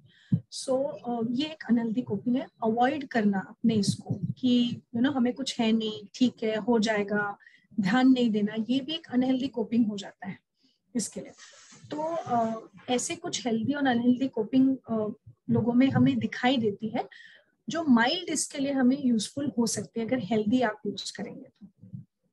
और अनहेल्दी के बारे में कुछ बताना चाहेंगे? और हेल्दी में मुझे लगता है एक जो चीज है कि स्ट्रेस मैनेजमेंट और टाइम मैनेजमेंट, जो एक थोड़ा सा जिसके बारे में हाँ जी, तो स्ट्रेस मैनेजमेंट के लिए बहुत जरूरी है माइल्ड इसमें कि ये जानना कि क्या चीजें हमारे कंट्रोल में है और क्या चीजें हमारे कंट्रोल में नहीं है। कई बार लोग ये दोनों का डिस्टिंक्शन करने में चूक जाते हैं। अब जो चीजें हमारे कंट्रोल के बाहर है, फॉर एग्जाम्पल हम अगर पैंडेमिक को ही ले लें या कोविड को ही ले लें, कोविड की एक ऐसी सिचुएशन थी कि वो हमारे कंट्रोल के बाहर था कि ये वायरस कब खत्म होगा, कब हम नॉर्मलसी पे आएंगे, वो हम नहीं बता सकते थे। पर कई लोग उसको लेके फ्रस्ट्रेट होके उसके ऊपर स्ट्रेस लेके खुद की तबीयत या खुद का मेंटल पीस ऑफ माइंड को लूज कर रहे थे। बट उसी टाइम जो हमारे कंट्रोल में था वो ये था कि हम हाथ धोएं बराबर से, हम डिस्टेंस मेंटेन करें, हम मास्क पहने, इन चीजों के ऊपर फोकस करके हमसे जो हो सकता है वो हम हेल्दीली करें तो हमारा स्ट्रेस लेवल कम रहेगा। तो कई बार जीवन में हम अगर ये आइडेंटिफाई कर ले कि क्या हमारे कंट्रोल में है क्या नहीं, तो फिर हमारा स्ट्रेस मैनेज करना हमें थोड़ा सा इजी हो जाता है। प्लस स्ट्रेस मैनेजमेंट के लिए जैसे हमें रेगुलर हमारी जो हॉबीज होती हैं जो हमें प्लेजर देती हैं, वो रेगुलरली अगर हम उसके लिए थोड़ा समय निकालें। आजकल की व्यस्त जिंदगी में सब भागदौड़ में लगे रहते हैं, सब अपना काम पूरा करने में लगे रहते हैं, तो स्ट्रेस बस्टिंग एक्टिविटीज हम कुछ करते नहीं हैं।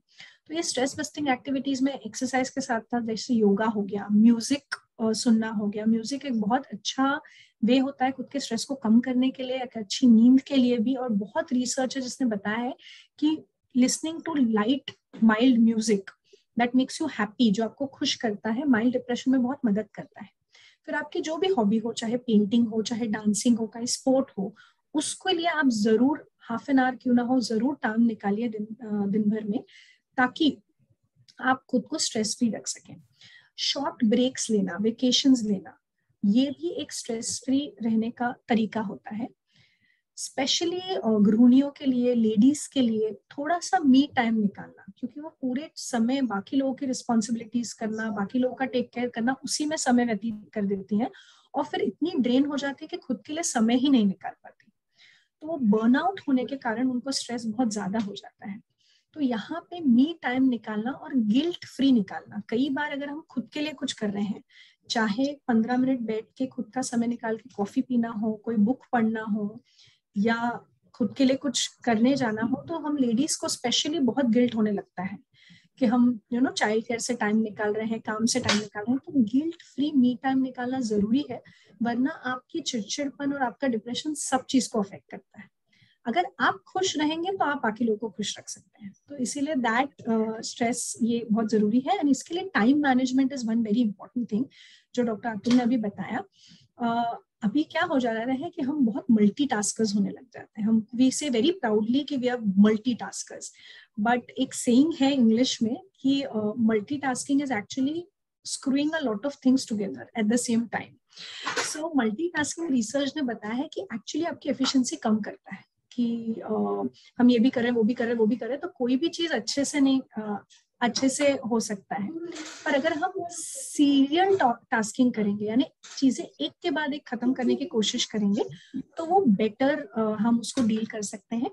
और कैटेगराइज करना कि कौन सी चीज अर्जेंट और इम्पोर्टेंट है, कौन सी चीज अर्जेंट है शायद उतनी इम्पोर्टेंट नहीं है, कौन सी चीज इम्पोर्टेंट है पर अभी इमीडिएट करना जरूरी नहीं है, और कौन सी टाइम वेस्टर्स है, यानी ना अर्जेंट है ना इम्पोर्टेंट है पर हम उसमें कर रहे हैं, चाहे इंस्टाग्राम स्क्रॉल करना हो, चाहे फेसबुक स्क्रॉल करना हो। ये आइडेंटिफाई कर पाना बहुत जरूरी है for a good time management. So ऐसे कई सारे स्ट्रिप्स हैं। I am sure doctor Atul एक सेशन स्ट्रेस मैनेजमेंट पे अलग ले लेंगे तो उस पर टॉक हो जाएगा, बट जस्ट छोटे मोटे tips I was able to review right now. Definitely. और इस चीजों से अगर डिप्रेशन कवर नहीं होता है, या फिर जैसे हमने बोला कि मॉडरेट टू सीवियर अगर होता है, तो उन्होंने ट्रीटमेंट के लिए अप्रोच करना जरूरी होता है। तो ट्रीटमेंट अप्रोच में क्या क्या, मतलब ट्रीटमेंट मॉडलिटीज क्या क्या अवेलेबल होती है, उसके बारे में थोड़ा सा डिटेल में आप बता सकते हैं? राइट। सो ट्रीटमेंट में जैसा मैंने बताया, माइल्ड केसेस के लिए काउंसलिंग या स्ट्रक्चर्ड साइकोथेरेपी एक फॉर्म ऑफ ट्रीटमेंट है, जहाँ पे हम आपके विचार शैली के ऊपर बात करते हैं, विचारों को समझते हैं और वहाँ पे कहाँ पर्सपेक्टिव चेंज किया जा सकता है या क्या नेगेटिव विचार शैली है जिसको बदला जा सकता है, इस पे काम किया जाता है इन द माइल्ड केसेस। फिर in the moderate cases medications का हम मॉडरेट और सीवियर केसेस में यूज करते हैं। आजकल अपने पास बहुत अच्छी ऑलमोस्ट 20-25 प्रकार की हमारे पास एंटी डिप्रेसेंट मेडिकेशंस हैं जो हर एज ग्रुप के हिसाब से, हर आपकी फिजिकल कंडीशन के हिसाब से अलग अलग लोगों को अलग अलग मेडिकेशन सूट हो सकती हैं। तो ये मेडिकेशंस बहुत कारगर साबित होती हैं, ये बहुत इफेक्टिव होती हैं और आपको डिप्रेशन में से जल्द बाहर भी ला सकती हैं। सो हमारे पास एक एरे ऑफ मेडिकेशंस है डिफरेंट क्लास के हिसाब से, जिसको हम डिफरेंट ग्रुपिंग करते हैं मेडिकेशंस को। And then in severe cases जहां हॉस्पिटलाइजेशन की जरूरत पड़ सकती है या जहां सुसाइडलिटी बहुत हायर होती है, वहां पे मेडिकेशन के साथ साथ हम ECT, इलेक्ट्रोकन्वल्सिव थेरेपी जो बोलते हैं, वो एक बहुत ही सिद्ध और बहुत वेल रिसर्च और बहुत इफेक्टिव, कारगर ऐसा साबित होने वाला हमारे पास ट्रीटमेंट है। प्लस आजकल नए ट्रीटमेंट मोडालिटीज आ गए हैं जैसे RTMS, TCDS और कीटामीन थेरेपी। ऐसे कई सारे नए रिसर्चेस आ रहे हैं ये सारे ट्रीटमेंट मोडालिटीज में, जो हम अलग अलग case to case individualise treatment होता है, केस बेस्ड हम डिसाइड करते हैं कि कौन सा ट्रीटमेंट आपके लिए सुटेबल होगा। थैंक यू मैम, आपने बहुत अच्छे से बताया। तो ये जो अगर हम देखें कि ट्रीटमेंट मॉडलिटीज है, तो ये ट्रीटमेंट मॉडलिटीज अगर हम यूज करते तो प्रोग्नोसिस के कितने मतलब चांसेस होते हैं, या फिर डिप्रेशन में प्रोग्नोसिस कैसे होता है? क्या पेशेंट ठीक हो सकते हैं? बिल्कुल। सो डिप्रेशन का प्रोग्नोसिस बहुत अच्छा होता है अगर सही समय पे उनको मदद मिल जाए तो।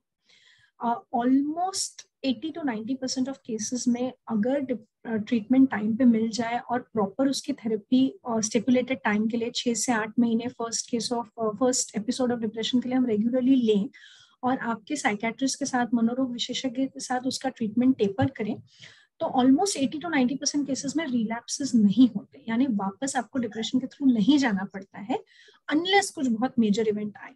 ऑफ कोर्स 10% केसेस में जहाँ पे कुछ फेमिलियल हिस्ट्री है या जहाँ पे ऑनगोइंग क्रॉनिक स्ट्रेस है, वहाँ रिकरेंट एपिसोड्स हो सकते हैं या वो उन पेशेंट्स के लिए हमको लॉन्ग टर्म ट्रीटमेंट देना पड़ सकता है। But even in those cases prognosis in terms of कि उनकी जो लाइफ फंक्शनिंग है, डे टू डे दिनचर्या को उनको फॉलो करना है, अपना कामकाज करना है, वो या रिस्पॉन्सिबिलिटीज है, वो बहुत अच्छे से और खुशी खुशी कर सकते हैं। सिर्फ उन केसेस में सिर्फ दवाई साथ में, जैसे BP शुगर की लंबी चलती है वैसी साथ में लेनी पड़ सकती है। बट अभी हमारे पास ऐसी कई सारी ऑप्शंस, मोडालिटीज है जिससे डिप्रेशन में से जूझ रहे व्यक्ति को काफी समाधान मिलके वो एक खुशहाल फुलफिलिंग जिंदगी जी सकते हैं। डेफिनेटली। और मुझे लगता है कि जो पेशेंट्स अच्छे हो जाते हैं, 70 to 80% अच्छे हो जाते हैं, तो जो आपने कोपिंग स्किल्स बताए थे वो उन्होंने रेगुलरली यूटिलाइज करना या फिर अपने लाइफ का पार्ट बनाना, वो भी जरूरी होता है। बहुत हमारे जो समाज है, हमारे समाज में बहुत सारे मिथ्स है जिसकी वजह से मतलब डिप्रेशन की तरफ या फिर मनोविकार की तरफ ही एक कुछ गलत भावनाओं से देखा जाता है, और उसके हिसाब से कुछ गलत फहमियां भी ये है। तो ये क्या क्या गलत फहमियां जो डिप्रेशन के बारे में समाज में है, और उसके बारे में आप क्या बोलना चाहते हैं?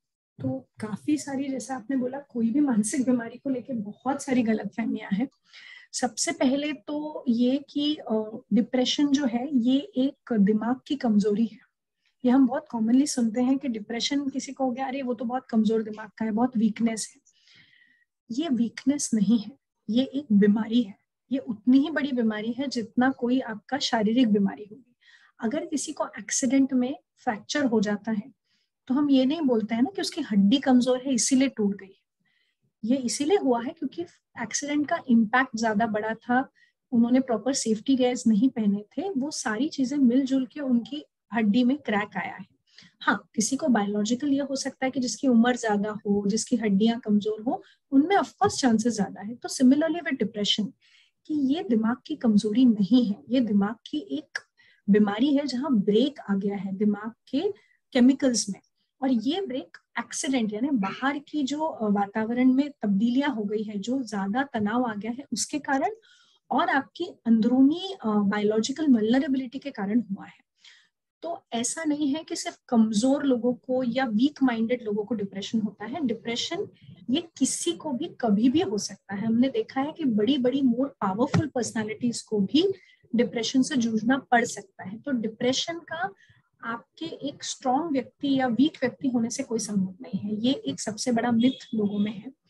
दूसरा, लोगों को लगता है कि डिप्रेशन, आजकल लोग ऐसा भी बोलने लगे हैं कि डिप्रेशन एक फैड है, एक फैशन हो गया है कि आई एम डिप्रेस्ड, ऐसा लोग बोल रहे हैं, पर ऐसा बिल्कुल नहीं है।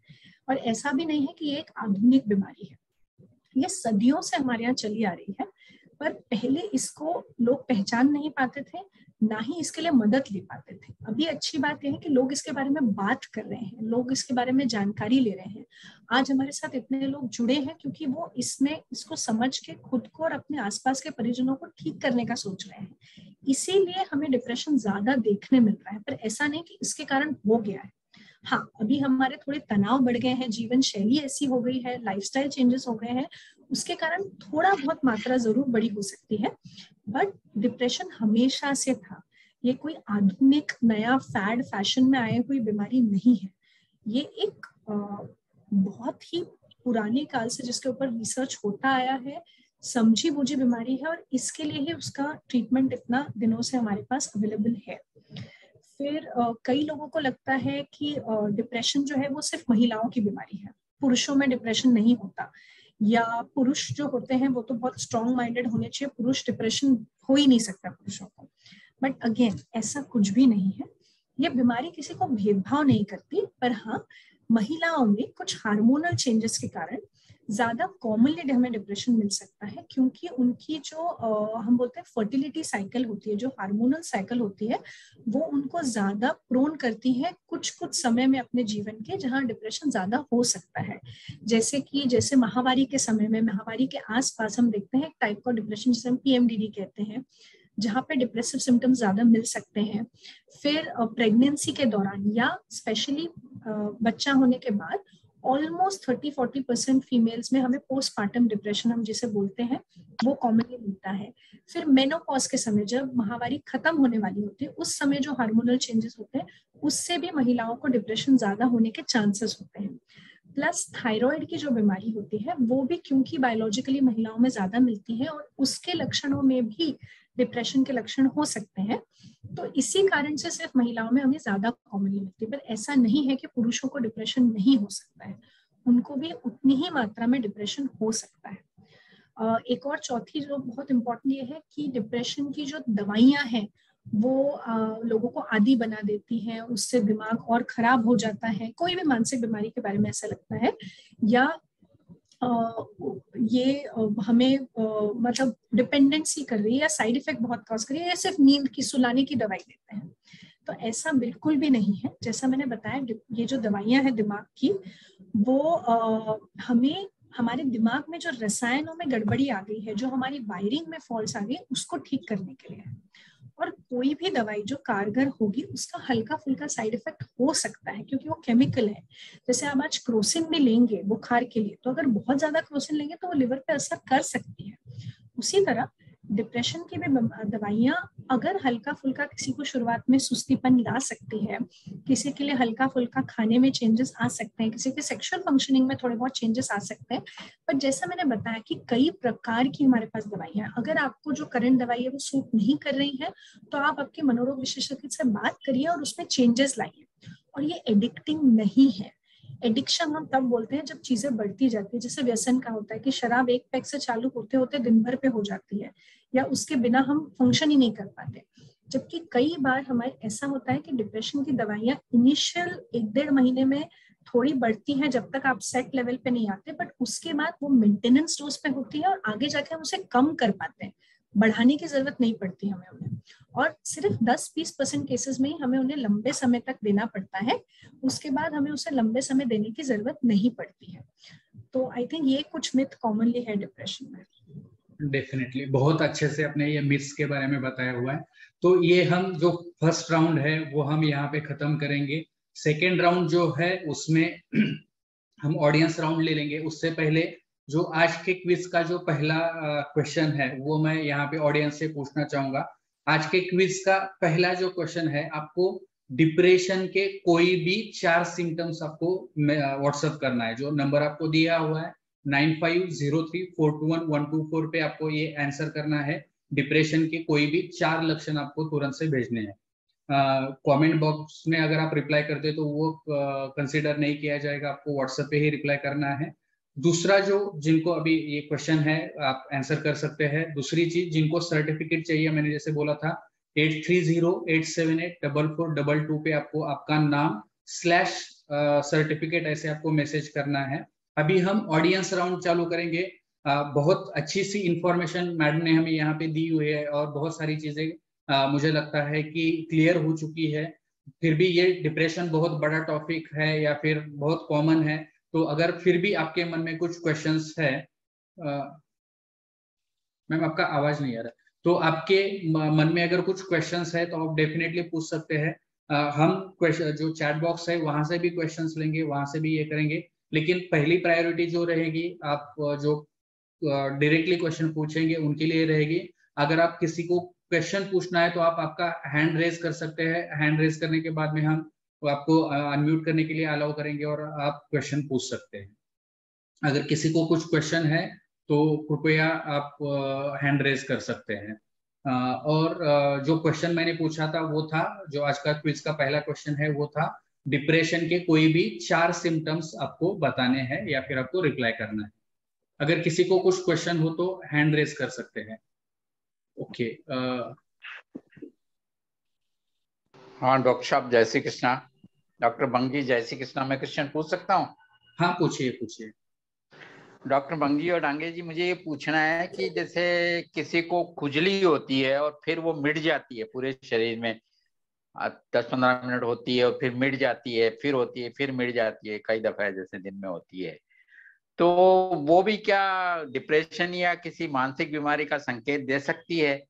और अगर उसके पास डर्मेटोलॉजिस्ट के पास जाएं और वो बोले कि भाई तुम तो साइकोट्रिस्ट के पास जाओ क्योंकि मेरे से कंट्रोल नहीं हो रहा है, तो उसके बाद साइकेट्रिस्ट के पास जाते हैं और वो पूछता है नींद आती है या नहीं, और उसको गलती से बोल दें नींद नहीं आती और वो मेडिसिन चालू कर दे और 7 महीने तक ऐसा मेडिसिन लेवे, 1 महीना लिया 1 महीना छोड़ा, ऐसे 6-7 बार करे, तो क्या वो साइकोसिस में जा सकता है? ये दोनों क्वेश्चन जरा बताएंगे तो अच्छा रहेगा। देखिए, अगर आपको डर्मेटोलॉजिस्ट ने बताया है कि इसमें स्किन का कोई तकलीफ नहीं है, आप साइकेट्रिस्ट के पास जाइए, तो ऑफ कोर्स ये हम सोमैटिक सिम्टम डिसऑर्डर इसे कहते हैं, या फिर हम कभी कभी एंजाइटी डिसऑर्डर का भी पार्ट हो सकता है कि जहाँ रह रह के खुजली आती है। यानी यहाँ पे दिमाग का जो थोड़ा अनरेस्ट है, दिमाग में जो रेस्टलेसनेस है, कई बार शारीरिक लक्षणों से हमें दिखाई देता है। अब हर व्यक्ति में वो शारीरिक लक्षण अलग हो सकता है, किसी को धड़धड़ी महसूस हो सकती है, किसी को कहीं झुंझुनी महसूस हो सकती है, किसी को खुजलाहट महसूस हो सकती है। तो इसके लिए ये एक साइकेट्रिक इलनेस जरूर हो सकता है। आई थिंक ये आपके फर्स्ट क्वेश्चन का आंसर हो गया। एंड जो आप सेकंड क्वेश्चन बोल रहे हैं कि अगर हम लेना छोड़ना ऐसा करें तो उससे साइकोसिस कॉज हो सकता है क्या? तो उससे साइकोसिस कॉज नहीं होता। कोई दवाइयां ऐसी नहीं होती है जो आपको साइकोसिस कॉज करे, पर ये जरूर होता है कि अगर आप लेना छोड़ना करते रहें तो जो ब्लड में दवाइयों का लेवल्स ऊपर नीचे हो रहा है, और उन जो बीच में जब आप दवाई नहीं खा रहे हैं वो समय बीमारी को फिर से ऊपर आने में मिल सकता है, क्योंकि वो केमिकल इम्बैलेंसेस वैसे ऊपर नीचे होते हैं, तो आपके कुछ लक्षण बढ़ सकते हैं। पर अगर आपको पहले से साइकोसिस के सिम्टम्स नहीं है, या आपको साइकोसिस की हिस्ट्री नहीं रही है, या आपकी फैमिली में कोई हिस्ट्री नहीं रही है, तो मेडिसिन से साइकोसिस नहीं होने वाला है, वो आपकी अंडरलाइन इलनेस का पार्ट जरूर हो सकता है। डॉक्टर अतुल, प्लीज आप ऐड कर सकते हैं आपके कमेंट्स। नहीं ठीक है, आपने बहुत अच्छे से बताया है। अर्चना शिंदे जी, आप खुद को अनम्यूट कर सकते हैं और आपका क्वेश्चन पूछ सकते हैं। नमस्ते मॅडम. नमस्कार. खूप छान सेमिनार झाला वाटलं. मॅडम, माझा प्रश्न होता की समजा एखाद्या वेळेस स्ट्रेस मध्ये भूक जास्त लागू शकते का, किंवा झोप, आणि म्हणजे असं कोणतंच काम करण्याची इच्छा होत नाही, झोप खूप येते, तर याच्यावर उपाय काय सांगू शकाल की त्याला त्या स्ट्रेस मधून बाहेर येण्यासाठी? उत्साह नाही वाटत. बरोबर मॅम, जसं आपण ऐकलं असेल तर आपण याबद्दल बोललोच. अतुल सरांनी जसं सांगितलं, हे अटिपिकल डिप्रेशनचे सिम्पटम असू शकतात. याला आपण अटिपिकल याकरताच म्हणतो की ट्रेडिशनली जे आपण म्हणतो झोप कमी होते, तर या डिप्रेशन मध्ये थोडी सुस्ती वाढून जाते, दिवसभर असं थकलेलं सुस्त वाटत राहते आणि भूक वाढही होऊन जाते. म्हणजे आणि थोडं खाल्लं की टेम्पररी बरं वाटतं.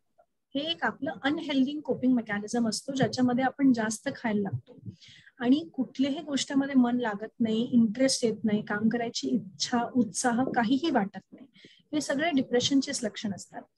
पण कारण की याच्यामध्ये बायोलॉजिकल सिम्पटम्स दिसतात आहे, म्हणजे तुमची झोप आणि भूक ह्याला अफेक्ट होतोय, तर हा मॉडरेट कॅटेगरीमध्ये आलाय. आपण कॅटेगरायझेशन बघितलं आता डिप्रेशनचं, तर हे फक्त कोपिंगनी किंवा फक्त घरी बसून स्ट्रेस बस्ट करण्यानी ह्याला सोल्युशन नाही भेटणार आहे. हे एक केमिकल लेवलवर चेंज झालाय. जेव्हा तुमचे बायोलॉजिकल सिम्पटम्स अफेक्ट होतात, बायोलॉजिकल म्हणजे झोप, जेवण, संबंध ठेवणे, हे सगळे फंक्शन्स जेव्हा अफेक्ट व्हायला लागतात, तेव्हा त्याला आपल्याला केमिकल रीतीनेच त्याला बरं करावं लागतं. तर ह्याच्यासाठी माझी सल्ला राहील की तुम्ही जवळच्या मनोरोग विशेषज्ञाशी संपर्क साधा, त्यांच्याशी हे सिम्पटम्स बद्दल चर्चा करा, तर ते तुम्हाला अप्रोप्रिएट औषधं जे तुम्हाला सुटेबल होईल ते देतील, आणि सोबत समुपदेशन म्हणजे काउन्सिलिंग पण तुमच्यासोबत करतील की तुम्हाला हे कसं कसं कोप करता येईल. Okay, thank you ma'am. Welcome. अभी और किसी को क्वेश्चन पूछना है तो कृपया आप आपका हैंड रेज कर सकते हैं, तब तक हम कमेंट बॉक्स में जो क्वेश्चन है वो ले लेंगे. ओके, सुधा गडियनवर जी, आप आपका क्वेश्चन पूछ सकते हैं.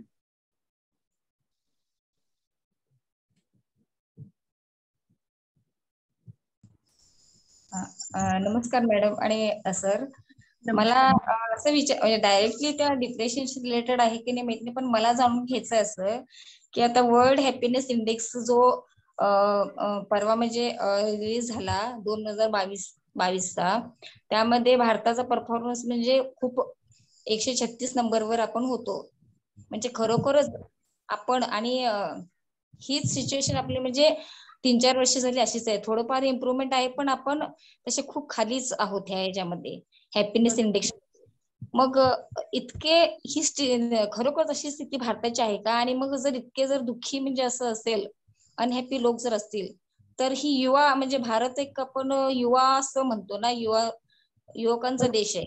मग अशा युवकांना म्हणजे अशा ह्याला म्हणजे युवकांचे म्हणजे चिंताग्रस्त आहे ना, म्हणजे चिंता करण्यासारखी गोष्ट आहे की अशा युवकांचा देश आपण घेऊन पुढे जाणार असतो, तर ते हे, आणि ह्याला कोणी सिरियस घेत कसं नाही, म्हणजे इतकं नाहीच अवेअरनेस ह्याच्याविषयी, म्हणजे ही स्थिती ह्याच्याविषयी मला जरा जाणून घ्यायचे की असं म्हणजे का त्याला म्हणजे कोणी सिरियस पण घेत नाही, आणि ही स्थिती ऍक्च्युअली आहे का असं. बिलकुल. सुधाताई, खूप उत्तम प्रश्न आणि खूप उत्तम ऑब्झर्वेशन आहे आपलं. आणि खरीच असं स्थिती आहे, कारण की आपल्याकडे जसं मी सुरुवातीला सांगितलं, जवळपास 35 ते 36% आपली पॉप्युलेशन, आपली एवढी मोठी पॉप्युलेशन आहे, ती तणावग्रस्त किंवा डिप्रेशनच्या अधीन आहे. आणि डिप्रेशन जसं आपण पाहिलं, हा फक्त क्लिनिकल डिप्रेशन बद्दल बोलतोय. काही लोक सब क्लिनिकल असतात. सब क्लिनिकल म्हणजे ज्यांना आता क्लिनिकल डेफिनेशन मध्ये ते बसत नाही, पण त्यांना तणाव असते, ते अनहॅपी असतात, आनंदी नसतात. ते हे नाही म्हणणार की मी खूप उदास आहे, पण हे नाही म्हणणार की मी आनंदी आहे. त्याचं पॉप्युलेशन ऑलमोस्ट डबल आहे डिप्रेशन पेक्षा. तर आपली युवा पिढी आज जे काही आपल्या आजूबाजूचे आर्थिक म्हणा, पॉलिटिकल म्हणा, जे क्लायमेट्स आहे, जे ऑपॉर्च्युनिटी आहे, त्यामुळे बहुतेक ते डिप्रेशन मध्ये आहे. पण आपल्याकडे आताही मानसिक आजारांबद्दल किंवा मानसिक विकारांबद्दल, ताणतणावाबद्दल दृष्टिकोन जे बघायचं आहे ते सकारात्मक नाही आहे. तर लोक हेल्प त्याच्यासाठी पाहत नाही. म्हणजे इव्हन सिम्पल स्ट्रेस मॅनेजमेंटसाठी, की आपल्याला स्ट्रेस मॅनेज करता आला पाहिजे, ही कुठे शिकवलं जात नाही. आपल्याला मनी मॅनेजमेंट शिकवतात, आपल्याला मॅथ्स शिकवतात, सायन्स शिकवतात, पण स्वतःच्या भावनांना कसं मॅनेज करायचं, स्ट्रेस कसं मॅनेज करायचं, हे कधीच न शाळेत शिकवलं जातात, न घरी शिकवलं जातात. आणि त्यामुळेच थोडंफारही म्हणजे आयुष्यात काही वरखाल झालं तर त्याला हँडल करणं कठीण होऊन जातो. आणि याच्यासाठीच जसं आजचा हा प्रोग्राम अतुल सरांनी ऑर्गनाईज केलाय, असे काही अवेअरनेस प्रोग्राम्स सतत चालू असतात. आमची प्रयत्न असतात मनोरोग विशेषज्ञाची याबद्दल माहिती करावी, पण आमच्या सोबत आम्ही खूप कमी लोक आहे as compared to general population. तर तुमच्यासारखं म्हणजे सतर्क असणारे लोक पण याच्याबद्दल बोलले, खुलून आपसात डिस्कशन केलं, तेव्हाच ते स्टिग्मा कमी होईल, तेव्हाच लोक याच्याबद्दल बाहेर येऊन बोलतील. जसं आपण कोविड बद्दल, स्वाईन फ्लू बद्दल, डेंग्यू बद्दल बोलतो, तसंच आपण डिप्रेशन मध्ये बोलले की हो असं झालेलं आपल्या आजूबाजूला आणि आता सुधारले पण आहे, तर त्याच्यामध्ये लोकांना हे भेटते, एनकरेजमेंट भेटते की आम्ही पण गेलो पाहिजे, आम्ही पण केलं पाहिजे. आणि म्हणूनच WHO नी पण जसं लाईफ स्किल्स ट्रेनिंग कंपल्सरी केली. लाईफ स्किल्स ट्रेनिंग म्हणजे स्वतःच्या आयुष्याला कसं मॅनेज करायचं, स्वतःच्या इमोशनला, स्वतःच्या स्ट्रेसला, हे पण लाईफ स्किल्स ट्रेनिंगचा एक भाग असतो. आणि हे खरं तर आपल्या इथे कंपल्सरी केलंय शाळेमध्ये शिकवायला, पण अनफॉर्च्युनेटली हे फक्त टीचर्सवर टाकून दिलंय आणि त्यांना स्वतःलाच त्याची ट्रेनिंग नसते, त्यांना स्वतःलाच माहित नाही कसं करायचंय. तर ते फक्त एक असं टिक करण्यासाठी डेफिनेशन्स करून देतात. पण आयडियली आपलं युथला याच्याबद्दल करायला पाहिजे. म्हणजे मी थोडी ऑप्टिमिस्टिक पर्सनॅलिटी असल्यामुळे माझं लक्ष या गोष्टीवर जातो की थोडंफार का होईना आपलं हॅपीनेस इंडेक्स थोडंसं वाढलं आहे आणि आपले युवक जे आहे ते थोडं पहिल्यापेक्षा जास्त सतर्क आहे. डॉक्टर अतुल पण या गोष्टीला अग्री करतील की ते थोडेसे जास्त लवकर येऊन जातात, हेल्प सीक करून घेतात, ते गुगलवर जास्त सर्च करतात, त्यांना स्टिग्मा कमी असतो. पण घरच्यांना असं वाटतं की अरे तू कशाला जातोय वेड्यांच्या डॉक्टरांकडे, तुला काय गरज आहे, एवढं काय झालंय असं. तर हे मला वाटतं आपली जी म्हणजे मॅच्युअर पिढी आहे, जे वृद्ध पिढी आहे, त्यांनाही हे समजायला पाहिजे की हे त्यांच्यासाठी सोपं नाही आहे. डिप्रेशन हा खूप कॉमन आहे किंवा ताणतणाव हा खूप कॉमन आहे आणि इट्स ओके त्याच्यासाठी हेल्प सीक करणं. तर मला वाटते त्याच्यासाठी तुमच्यासारखे सतर्क लोकांनी हे आमचा संदेश आणखीन पोहोचवला आजच्या प्रोग्राम सारखं, तर थोडंफार आपण आणखीन 4-5% वरती यायचा प्रयत्न करू शकतो हॅपीनेस इंडेक्स मध्ये. डॉक्टर अतुल, तुमचे कमेंट्स? डेफिनेटली, एक्चुअली मैंने भी वही पॉइंट्स नोट किए थे कि एजुकेशन, स्टिग्मा, जो मिथ्स एंड मिसकंसेप्शन है जो है वो इम्पोर्टेंट. और यहाँ पे मैं एक सिर्फ बोलना चाहूंगा कि being not happy is not equal to depression. हम यहाँ पे थोड़ा सा ये करना चाहिए. मैं नाखुश हो सकता हूँ कि मेरे पास में बड़ी गाड़ी नहीं है, मर्सिडीज बेंज नहीं है, लेकिन ऐसे इसका मतलब ये नहीं कि मैं डिप्रेशन में हूँ. तो थोड़ा सा यहाँ पे कि एक थोड़ा सा मतलब एज अ क्लिनिशियन मैं ये कहना चाहूंगा कि हमारा हैप्पीनेस इंडेक्स ज्यादा है तो इसका मतलब ये नहीं कि डायरेक्टली डिप्रेशन से रिलेटेड. यस, डिप्रेशन का भी हमारे यहाँ पे रेट उतना ही ज्यादा है, लेकिन these are not equivalent things. तो ये मैं यहाँ पे सिर्फ बताना चाहूंगा. जैसे मैम ने बोला कि अवेयरनेस के प्रोग्राम्स हो रहे हैं, लेकिन लोगों का अभी भी एजुकेशन के बारे में अगर हम देखेंगे सिर्फ 27 participants is not good number. तो हम लोग भी उतना इंटरेस्ट लेना जरूरी है जितने हम प्रयास कर रहे हैं. बहुत सारे प्रोग्राम्स ले रहे हैं, मैं अकेला नहीं हूँ, बहुत सारे लोग हैं जो ऐसे इस तरह से प्रोग्राम लेते हैं. लेकिन ऐसे प्रोग्राम्स के लिए मतलब लोगों ने अटेंड करना, उसके बारे में सुनना और लोगों को बताना. बहुत बार यही होता है कि हमें मालूम ही नहीं होता कि ये डिप्रेशन के सिम्टम्स है. तो ये जब पता चलेगा कि ये डिप्रेशन के सिम्टम्स है तो लोग अप्रोच करेंगे. जो अब पता चलेगा कि ये जो मिसकंसेप्शन है ये डिप्रेशन के बारे में है तो ये निकल जाएंगे और ज्यादा से ज्यादा लोगों तक ये पहुंच जाएगा. तो डेफिनेटली यूथ के साथ ही सभी लोगों के लिए ये अच्छा रहेगा कि वो डिप्रेशन का ट्रीटमेंट ले और अच्छे से उससे बाहर निकलो. जैसे मैम ने बोला कि डेफिनेटली यूथ डायरेक्टली गूगल पे सर्च करता है कि ये सब हो रहा है तो क्या है, ये डिप्रेशन के सिम्टम्स है कि फिर इसके लिए क्या करना चाहिए, और उनका अप्रोच बहुत जल्दी होता है कंपेयर टू जो प्रीवियस जनरेशन है. उसके कंपैरिजन में यूथ बहुत अच्छे तरह से इसको मतलब अप्रोच करता है, अपने ट्रीटमेंट के लिए अप्रोच करता है. बहुत अच्छे से मैम ने डिटेल में बताया है. ज्यादा बताने के लिए मेरे पास में कुछ है नहीं, बस जितना था मैंने आपको बता दिया है. मिताली जी, आप आपका क्वेश्चन पूछ सकते हैं.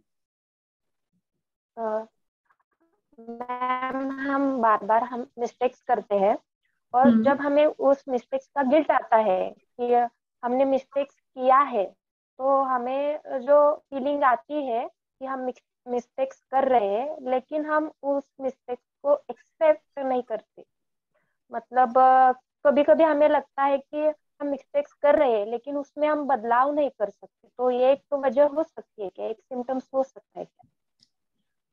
ये सिम्टम के बजाय मैं बोलूंगी कि ये एक सोचने का पद्धति हो सकता है, हमारा चीजों के तरफ देखने का नजरिया हो सकता है. इन इटसेल्फ सिर्फ ये एक सिम्टम होगा ऐसा नहीं होगा, आपके साथ बाकी भी सारे सिम्टम्स इसमें जुड़े होंगे. पर हाँ, हम गलतियां कर रहे हैं पर उसको चेंज नहीं कर पाना. सो इसको हम एक्चुअली हमारे साइकेट्री टर्म में हम इसको बोलते हैं कि इंटेलेक्चुअल इंसाइट होना पर इमोशनल इंसाइट नहीं होना. माने हमको समझ रहा है लॉजिकली कि हमारे हाथ से ये गलती हो रही है, पर हम उससे कोई बिहेवियर चेंज नहीं ला रहे हैं, उससे सीख नहीं रहे हैं.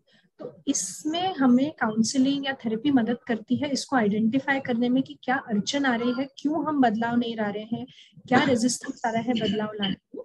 और फिर हम उसको इंटेलेक्चुअल इंसाइट से इमोशनल इंसाइट, यानी जहाँ पे हम उसमें चेंजेस ला सकते हैं, इसके ऊपर लेके जा सकते हैं। तो सिर्फ इन इटसेल्फ ये एक अकेला लक्षण होना कि हम बदल नहीं सक रहे हैं, इसको हम डिप्रेशन नहीं बोलेंगे। हाँ, अगर बाकी सारे सिम्टम्स के साथ ये भी एक चीज है कि जहां हमारी थोड़ी रिजिडिटी हो जा रही है, कि हम जानते हुए भी खुद को चेंजेस नहीं कर पा रहे हैं, या हमें लग रहा है हमारे कंट्रोल के बाहर है, हम बार बार वही चीज कर रहे हैं बाकी सारे सिम्टम्स के साथ, तो ये डिप्रेशन का लक्षण जरूर हो सकता है। 2047 केस हमें हाँ, सॉरी मिताली, मिल जाए, या अगर हमारे ऐसा केस हमारे फ्रेंड्स या रिलेटिव्स में अभी देखने में मिल जाए, हाँ, तो उनको साइकोलॉजिस्ट के पास ले जाना अच्छा रहेगा मैम? बिल्कुल, डेफिनेटली आप बिल्कुल उनको एक्सपर्ट के पास लेके जाइए, साइकोलॉजिस्ट के पास, साइकाइट्रिस्ट के पास आप लेके जाइए, ताकि आइडेंटिफाई हो सके, ये हो सके कि कितना लेवल का उनको तकलीफ है, ताकि उस हिसाब से उनका ट्रीटमेंट जल्द से जल्द हो सके और उनको उनकी सफरिंग उनके हम एंड कर सके, जल्दी से जल्दी इससे बाहर लेके आ सके। रामू गोधाने ने पूछा था कि रेमेडीज और ट्रीटमेंट ऑन डिप्रेशन, तो इसके बारे में हमने बात की है। अगर इसके अलावा भी आपको अगर आपको आंसर मिला होगा तो ठीक है, अगर आपको कुछ पूछना है रामू जी तो आप पूछ सकते हैं। कैलाश राठौड़ ने बोला है तनाव, चिड़चिड़ापन, अनिद्रा, निराशा महसूस होना डेफिनेटली ये डिप्रेशन के सिम्टम्स है। थकान के साथ भारी सरदर्द, धड़कने बढ़ना, एक विद्रोही बात बार बार दोहराना या अकेले बड़बड़ करना, डेफिनेटली जब साइकोसिस में जाते हैं तो ये अकेले बड़बड़ करना उसमें आ सकता है। एक उन्होंने एक अच्छा मतलब ये किया है कि कुछ पेशेंट्स में हिस्ट्रिया हो सकता है फीमेल में डिप्रेशन की वजह से, तो उसके बारे में कुछ बताना चाहेंगे? जैसा मैंने बताया कि सोमैटिक सिम्टम्स हम हमारे देश में ज्यादा कॉमनली देखते हैं। सोमैटिक सिम्टम्स देखने का भारतीय पॉपुलेशन में ये रीजन दिया गया है कि हम लोग पहले से हमारा जैसा कल्चर है, जैसा हमें अपब्रिंगिंग है, हम बहुत ज्यादा भावनाओं के बारे में बात नहीं करते हैं, या पहले से हमें भावनाओं को एक्सप्रेस करने का, व्यक्त करने के लिए सिखाया नहीं गया है, ना ही उन्हें पहचानने का, ना ही व्यक्त करने का हमें कभी किसी ने बताया है। तो कई बार जब हमारे दिमाग में किसी चीज को लेकर तनाव है या असमंजस चल रहा है और उसको हमारा दिमाग अच्छे से हैंडल नहीं कर पा रहा है, वो हमारे दिमाग के लिए हम बोलते हैं ओवरवेलमिंग कॉन्फ्लिक्ट हो गया है, तो उस समय में कई लोगों में एज अ एस्केप मैकेनिज्म हमारा दिमाग उस चीज से जूझना नहीं चाह रहा है या थक गया है जूझ जूझ के, तो एक अनकॉन्शियस लेवल पे, अंदरूनी लेवल पे, बिना जाने बूझे कभी कभी शारीरिक रूप के लक्षण निकल के आते हैं, ताकि हमें कुछ समय के लिए उस तनाव से या वो चीज जो हमें ग्रसित कर रही है उससे एक तरह का हमारा दिमाग छुटकारा पाने की कोशिश करता है। तो कुछ लोगों में हमें दिखता है कि अचानक चक्कर आने लग जाते हैं, अचानक शारीरिक कुछ कमजोरियां आने लग जाती हैं, या किसी को मिर्गी जैसे दौरे आते हैं पर मिर्गी नहीं होती है। और ऐसे इसमें जब सारे शारीरिक टेस्ट करने के बाद सब नॉर्मल निकलता है, तब पुराने जमाने में इसे हम हिस्टेरिया ऐसा टर्म कहते थे, आजकल उसका नाम बदल गया है, अब हम उसे कन्वर्जन डिसऑर्डर या सोमैटिक सिम्टम डिसऑर्डर में उसे डाला जाता है। और ये इसमें भी रसायन गड़बड़ के कारण और कुछ ना कुछ अंदरूनी तनाव के कारण ये देखा जाता है। तो यहाँ पे ट्रीटमेंट के टाइप में हम साथ में तनाव कम करना, कैसे तनाव से जूझना है वो पेशेंट को सिखाना, क्या चीज है जो तनाव कर रही है उसको फाइंड आउट करना, ये सारे उन्हें बीमारी से निकालने में हमें मदद होती है। और क्योंकि हमारा पहले से पुरुष प्रधान देश रहा है, महिलाओं को उतना ज्यादा बोलने का या उतना ज्यादा ये करने का कभी मौका नहीं मिलता है, तो कई बार महिलाओं में ये हमें ज्यादा देखने मिलता है पुरुषों के मुकाबले, कि जहाँ पे हिस्टेरिया या शारीरिक रूप से ये हमें सिम्टम्स ज्यादा दिखाई देते हैं। डेफिनेटली मैम, बहुत अच्छे से आपने बताया है। यहाँ पे एक रामू गोधाने ने एक कमेंट किया है कि ma'am is telling all about me, all are my symptoms. तो यहाँ पे एक मैं दर्शकों को ये भी बताना चाहूंगा, फिर आप बताइए कि बहुत बार ऐसे होता है कि जब हम साइकेट्री पढ़ रहे थे तो ऐसे लगता था कि जो भी हम सिम्टम मतलब बीमारी के बारे में पढ़ेंगे, अरे ये तो मुझ में भी है, तो ये बहुत कॉमन होता है। तो इसके बारे में आप बताना चाहेंगे जो नॉर्मलिटी का जो स्केल है या फिर कंटिन्यूम है, तो उसके बारे में अगर इनको समझा देंगे तो डेफिनेटली उनको समझने में भी मदद हो जाएगी, और अगर सीवियर है तो डेफिनेटली उन्होंने मदद लेना चाहिए। तो उसके बारे में आप थोड़ा सा। बिल्कुल। सो ये सिर्फ साइकेट्री नहीं अतुल, आई थिंक हम जब MBBS भी करते हैं और सेकंड थर्ड ईयर में क्लिनिकल चीजों के बारे में पढ़ते हैं, अलग अलग इन्फेक्शन या अलग अलग बीमारियों के बारे में जब हम फर्स्ट टाइम पढ़ते हैं बहुत डिटेल में, तो कभी कभी हमारा माइंड उसमें इतना घुस जाता है कि हमें लगने लगता है कि अच्छा ये सारी बीमारियां हमारे अंदर है। और साइकेट्री में और ज्यादा ऐसा होता है, क्योंकि नई इंफॉर्मेशन जब मिलती है तब हम हमारे नॉर्मल छोटे मोटी चेंजेस को भी वैसे पकड़ने लगते हैं। अगर जैसा हमने शुरुआत में बोला कि उसे डिप्रेशन कहने के लिए, उसे बीमारी कहने के लिए एक तो उसका एक समय होता है कि कम से कम 2 हफ्ते या उससे ज्यादा ये सिम्टम्स आपको दिखने चाहिए, और दूसरा उसके कारण हमारी day to day normal functioning में अफेक्ट आना चाहिए, दिनचर्या में, कामकाज में, कार्यशैली में फर्क पड़ना चाहिए। अगर ये दोनों चीजें हो रही हैं तो हम इसे डिजीज की तरफ बोलते हैं या डिसऑर्डर की तरफ बोलते हैं। पर अगर ये चीजें कभी कभार हो रही है, कभी कभी ऐसा होता है, या जब कुछ ज्यादा काम हो जाए तभी ऐसा होता है, और लगातार नहीं होता है, 1-2 दिन के लिए होगा, फिर बीच में बहुत दिन अच्छे जाएंगे, फिर कभी 1-2 दिन के लिए होगा, और इस बीच में भी हम हमारे जो चीजें हमके नॉर्मल स्ट्रेस बस्टर्स थी वो हम इंजॉय कर पा रहे हैं, हम हंस पा रहे हैं, लोगों से घुल मिल पा रहे हैं, तो इसे हम नॉर्मलिटी की तरफ देखते हैं। तो नॉर्मल का जो डेफिनेशन है वो फिक्स नहीं है। कोई चीज मेरे लिए नॉर्मल हो सकती है, अतुल सर के लिए नॉर्मल नहीं हो सकती है। तो जैसे फॉर एग्जांपल नींद का भी है, कुछ लोग होते हैं जो शॉर्ट स्लीपर्स होते हैं, कुछ होते हैं जो लॉन्ग स्लीपर्स होते हैं, यानी कुछ कुछ लोग को 5 घंटे की नींद भी ठीक हो जाती है, उससे भी वो फ्रेश रहते हैं, किसी किसी को 9 घंटे की नींद लगती है 10 घंटे की फ्रेश होने के लिए, बट एवरेज हम बोलते हैं 7 से 8 घंटा होना चाहिए। तो क्या ये आपका नॉर्मल है कि आप पहले से ही लंबा सोए तो ही आपको अच्छा लगता है, या ये अभी अभी होने लगा है 2-3 हफ्ते से या 4-5 महीने से, और इसका कोई कारण आपको सामने दिख रहा है क्या, कोई तनाव आपको दिख रहा है क्या? तो ये सारी चीजें आपके मानसिक रोग विशेषज्ञ आपसे डिस्कस करेंगे, तब ट्रीटमेंट पे आएंगे।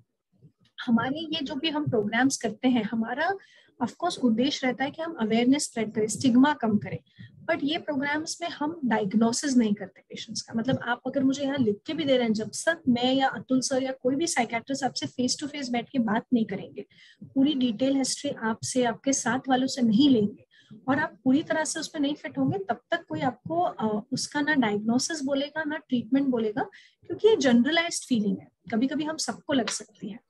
आज हो सकता है ये प्रोग्राम अच्छा जाए तो मैं और अतुल सर बहुत खुश हूँ और हमें बहुत आनंदित लगे, पर इसका मतलब ये नहीं कि हम मेनिया में चले गए।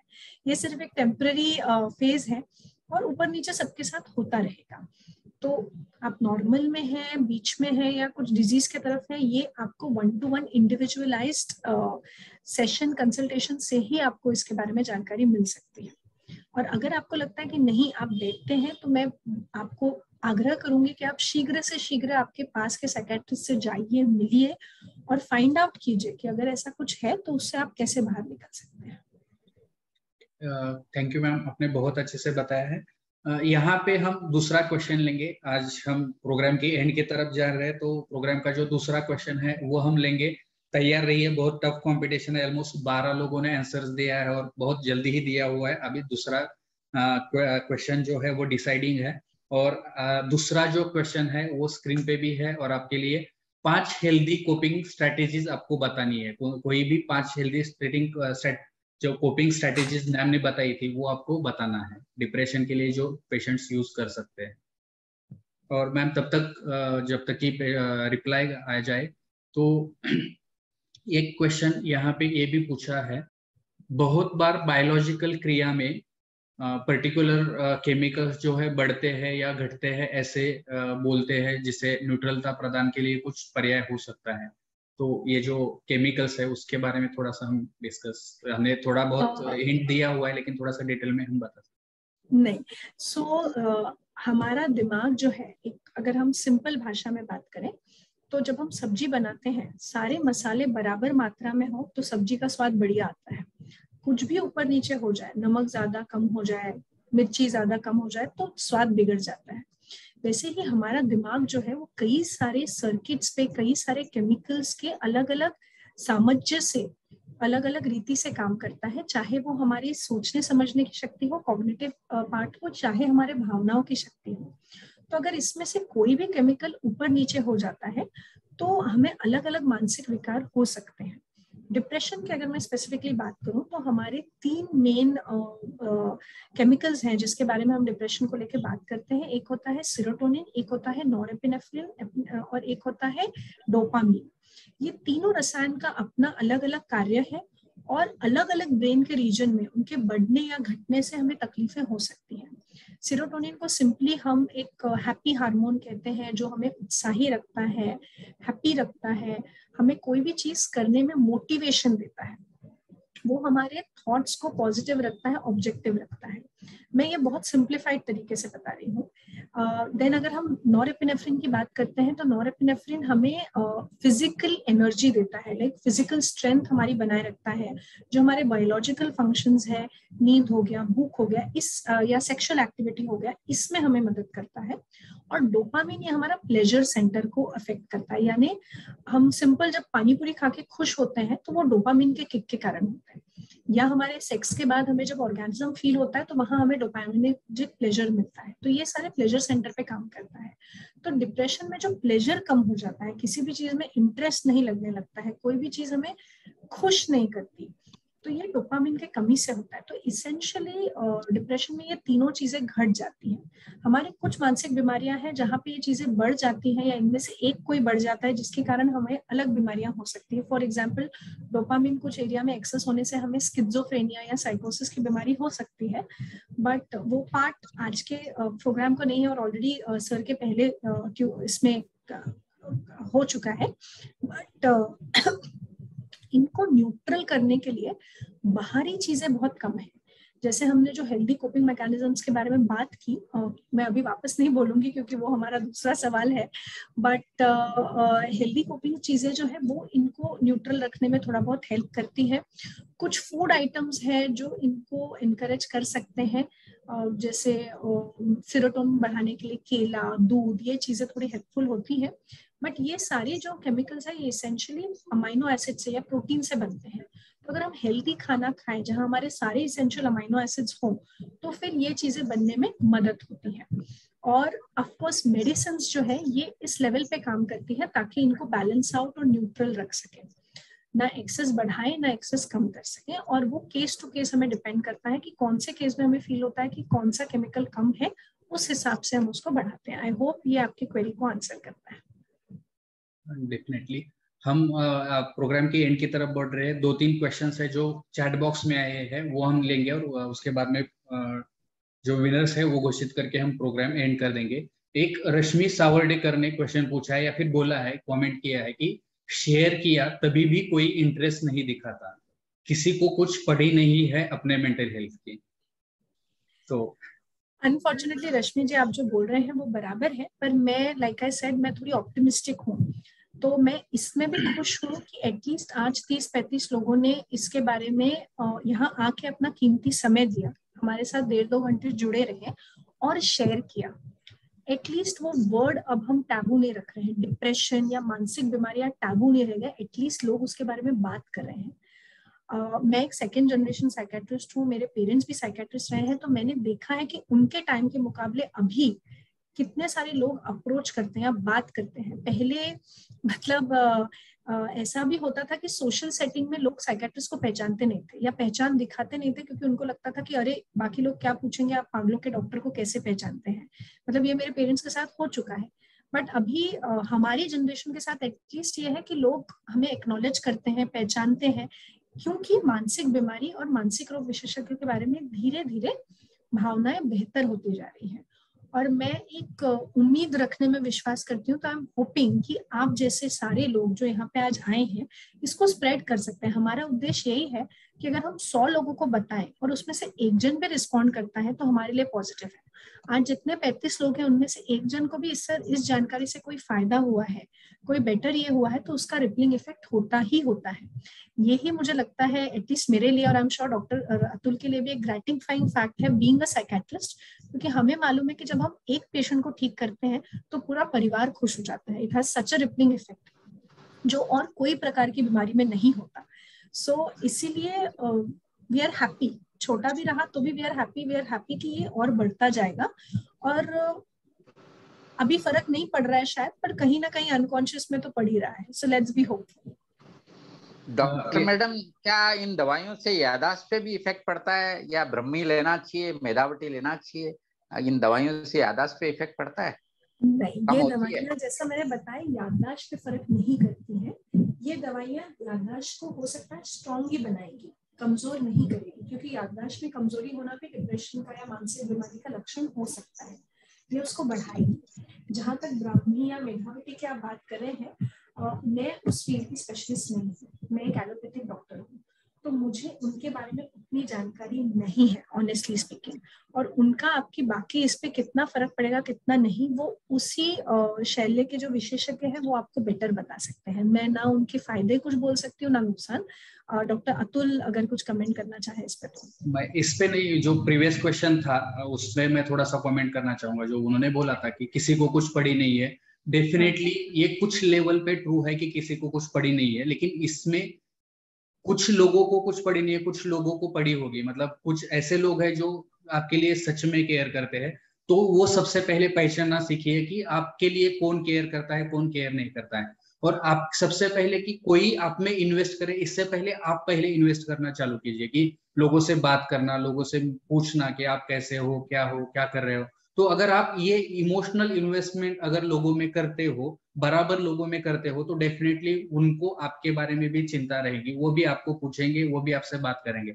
अगर आप ये सोचेंगे कि लोगों ने मुझे मदद करनी चाहिए, तो ये नहीं होगा। सबसे पहले आप लोगों की मदद करना शुरू कीजिए और आप पहचानिए कि किस लोगों को आप जो मदद करते हैं तो उसको वो उसकी कीमत रखते हैं, या फिर उनको अच्छा लगता है, या फिर वो रिटर्न की गारंटी है। आप भी थोड़ा सा मतलब मैं बोलूंगा कि सेल्फिश हो जाइए। अगर कुछ लोग हैं कि आप बहुत मतलब एक लिमिट के बाहर जाके आप उनको मदद करते हैं, लेकिन वो आपको तुरंत से भूल जाते हैं, तो सेकेंड टाइम में अगर आपको खुद को तकलीफ करके उनको मदद कर रही है, तो आप सोचिए कि आपको उनको मदद करना है कि नहीं है। उसके जगह पे उस ऐसे लोगों को मदद कीजिए कि जो आपके मदद के लिए तैयार होंगे। तो थोड़ा सा आप भी सेल्फिश बनिए, और दूसरा उसके आगे जाके आप थोड़ा सा इन्वेस्ट कीजिए लोगों में, ताकि लोग आपको वो रिटर्न, आपको इमोशनल रिटर्न जो है आपको टाइम पर मिल जाए। तो ये मैं यहाँ पे बोलना चाहूंगा। और मैम अभी हम एंड की तरफ जा रहे हैं। मैं विनर्स में ढूंढने की कोशिश करूंगा, जो है ऑलमोस्ट डिसाइड हो चुके हैं, बस थोड़ा सा टाइम का ये जो है ये है, तो मैं वो देख लूंगा। तब तक आपका जो आखिरी मैसेज है, ये प्रोग्राम हम एंड करने जा रहे हैं, तो जाते जाते आप लोगों को क्या बताना चाहेंगे? जाते जाते बस लोगों को यही बोलूंगी मैं कि डिप्रेशन हो चाहे कोई भी मानसिक बीमारी हो, उसका इलाज संभव है, उससे बाहर आना संभव है, और उसके साथ भी एक खुशहाल फुलफिलिंग जिंदगी जीना संभव है। बस जरूरी है तो एक हाथ बढ़ाना। चाहे उनकी तरफ मदद के हाथ बढ़ाइए जिनमें आप लक्षण दिख रहे हैं, चाहे आप मदद मांगने के लिए हाथ बढ़ाइए अगर आपको कोई दिक्कत हो रही है तो। अपने परिजनों से, अपने आजू बाजू के सपोर्ट ग्रुप से, फ्रेंड से, फैमिली से, और स्पेशली एक्सपर्ट से। मेरा ये आपसे बहुत बड़ा आग्रह रहेगा कि जैसे आपको बुखार आया तो आप डॉक्टर के पास जाते हैं, आपकी हड्डी टूटी तो आप डॉक्टर के पास जाते हैं, वैसे ही अगर आपको मानसिक रूप से किसी भी तरह का तनाव है, आपको लग रहा है कि आप कोई कठिनाई से गुजर रहे हैं, आपके परिजन कोई कठिनाई से गुजर रहे हैं, तो बिना हिचकिए आप आपके पास के मानसिक रोग विशेषज्ञ के पास जाइए, ताकि आपका और आपके परिजनों का भी जो सफरिंग है, जो उनको तकलीफ हो रही है, उसको आप जल्द से जल्द ठीक कर सके और उनके लिए और आपके लिए एक अच्छी खुशहाल जिंदगी फुल पोटेंशियल में जी सके। प्लीज से yes to life and no to depression. Thank you ma'am, आपने बहुत अच्छे से बताया है। धन्यवाद कहना चाहूंगा मैं पूरे जो आज के पार्टिसिपेंट्स हैं उनकी तरफ से। एंड में जाने से पहले आज के जो 3 विनर्स है उनको हम डिक्लेयर करेंगे। आज के पहले जो विनर है मिताली पाटिल। मिताली जी, आप कृपया हैंड रेस कर दिए ताकि मैं आपका वीडियो चालू कर सकूं। मिताली जी, मैं आपको पिन कर रहा हूं, तो आपका वीडियो आप चालू कीजिए और आपको ये प्रोग्राम कैसे लगा। आप शुरू में आपका नाम बताइए, कहाँ से है, आप क्या करते हैं ये बताइए, और आज का प्रोग्राम कैसे लगा ये बताइए। सबसे पहले मैं आपको कॉन्ग्रेचुलेशन कहना चाहूंगा कि आप इस बार विनर रह चुकी है। मुझे लगता है इस प्रोग्राम में आप पहली बार विनर हो रहे हैं, तो आई कॉन्ग्रेचुलेट यू। एंड आप आपके बारे में बता सकते हैं। हो सके तो आपका वीडियो चालू कीजिए तो बेटर रहेगा। Yes sir. Doctor Atul, thank you so much for the opportunity कि आपने मुझे इस प्रोग्राम का हिस्सा बनने दिया, and you are doing an excellent job ये माइंड केयर मैराथन के साथ। All the best wishes and huge congratulations कि आप इतने सारे टॉपिक कवर कर रहे हैं और इतना अच्छा अवेयरनेस का प्रोग्राम कर रहे हैं। I am so glad to be have been associated with you. Thank you so much and congratulations Mitali for being the winner. Thank you ma'am, thank you very much. आप थोड़ा सा रहिए मैम, 3 विनर्स है और I think उनको भी थोड़ा सा अच्छा लगेगा। मिताली जी, आप कृपया बात कर सकते हैं। आपका नाम, आप कहाँ से है, आप क्या करते हैं और आपको आज का प्रोग्राम कैसा? सर, आज का प्रोग्राम बहुत अच्छा रहा। सर, मुझे लगता है कि मैं साइकोलॉजी की स्टूडेंट हूँ और मेरी भी इच्छा है इसमें करियर करने की। तो मैं आपका हर वेबिनार देखती हूँ, नोट डाउन करती हूँ एक्सपर्ट का जो कुछ भी गाइडेंस होता है वो। आज पहली बार मैंने एक क्वेश्चन मैम को किया कि ऐसा करना चाहिए क्या, क्योंकि सर मेरी फ्रेंड है, बेस्ट फ्रेंड है, तो वो अभी उस डिप्रेशन या एंजाइटी से गुजर रही है और उसने मुझे कहा कि मुझे प्रॉब्लम हो रही है, मैं क्या करूँ। और मैंने बहुत बार उसे कहने की कोशिश की कि मिस्टेक्स को एक्सेप्ट करके सुधार लाओ, लेकिन उसको ऐसा लग रहा है कि नहीं, मुझे ये नहीं करना है, मुझे वो नहीं करना है, लेकिन मुझे मेरी जो एंजाइटी है या जो लो फीलिंग है वो कम करना है। तो मुझे उसके केस में क्या करना चाहिए, उसे कैसे समझाना चाहिए, ये थोड़ा सा प्रॉब्लम हो रहा था। और साइड बाय साइड सर मैं काउंसलिंग, चाइल्ड काउंसलिंग भी करती हूँ अभी, थोड़ा थोड़ा उसमें भी मैं हिस्सा ले रही हूँ। बहुत से केसेस मैं देख रही हूँ। अभी तक मेरी डिग्री या लाइसेंस नहीं है, इसलिए मैं उसमें इतना ज्यादा इन्वॉल्व नहीं हो रही हूँ। लेकिन हाँ, कि मैं स्टडी कर रही हूँ और आपके हर वेबिनार से मुझे बहुत अच्छा गाइडेंस मिलता है। आज मैम ने बहुत अच्छा गाइडेंस किया डिप्रेशन के बारे में। मैंने बहुत बार पढ़ा था मैम डिप्रेशन के बारे में, लेकिन जिस तरह आपने गाइडेंस किया उस तरह मैंने कभी सुना नहीं था, देखा नहीं था कि असल में डिप्रेशन क्या होता है। सो मुझे बहुत अच्छा लगा। Thank you so much Mitali.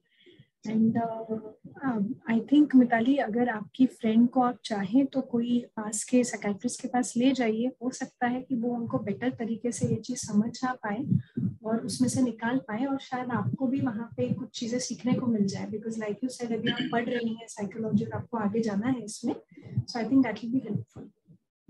Definitely ma'am ने जैसे बोला कि बहुत बार ऐसे होता है कि ये ट्रीटमेंट अगर आप चालू करेंगे तो वो जो रैशनल थिंकिंग होता है या फिर एक सारासार विचार सरणी जिसको हम बोलते हैं, तो वो करने में दिक्कतें नहीं आती है। अभी क्या है कि वो केमिकल का जो लोचा है उसकी वजह से वो सीवियर एंजाइटी, सीवियर डिप्रेशन में पेशेंट बराबर से विचार नहीं कर पाता है। जो आप समझा रहे हैं, लेकिन वो उनको समझ भी रहा है, लेकिन वो मतलब वो कर नहीं पा रहे। जब वो ट्रीटमेंट लेंगे, केमिकल नॉर्मल हो जाएगा, ये एंजाइटी डिप्रेशन कम हो जाएगा, तो वो डेफिनेटली आप जो बता रहे हैं उसको वो फॉलो कर सकते हैं। Thank you and congratulations once again. हमारे आज के दूसरे जो विनर है वो है कीर्ती शहा। तुम्हा सगळ्यांना हॅलो आणि खूप खूप थँक्यू, एवढी छान आणि सिंपल लँग्वेज मध्ये इन्फॉर्मेशन मिळाली। मी कीर्ती शहा, मी नागपूरमध्ये असते आणि मी क्लिनिकल सायकोलॉजिस्ट आहे, एका नर्सिंग केअर सेंटरशी असोसिएटेड आहे।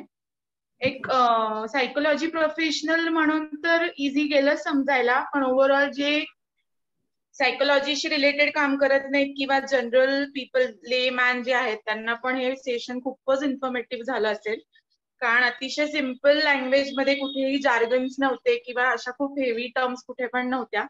तर खूपच छान वाटलं। म्हणजे मी पण रोज स्वतः पेशंट सोबत काम करते, पण तरी पण आज एक रिफ्रेशिंग वाटलं ऐकून। So thank you so much madam, thank you sir, खूप छान वाटलं तुमच्याशी असोसिएट होऊन आणि मी नक्की सगळे सेशन्स अटेंड करायचा प्रयत्न करेन। Thank you so much.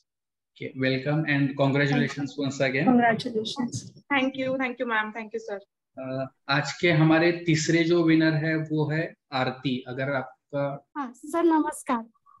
मी आरती मुनीश्वर, मी नागपूरमध्ये आहे आणि एका नर्सिंग केअर याच्याशी मी तिथे सोशल वर्कर म्हणून काम करते।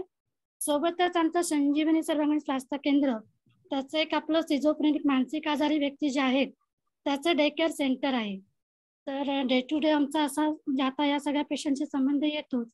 मी या म्हणजे माझं ऍक्च्युअली MSW झालेलं आहे, मेडिकल सायकॅट्रिकमध्येच झालं आहे, पण मधल्या काळात मी या संदर्भात माझा काही जॉब नव्हता।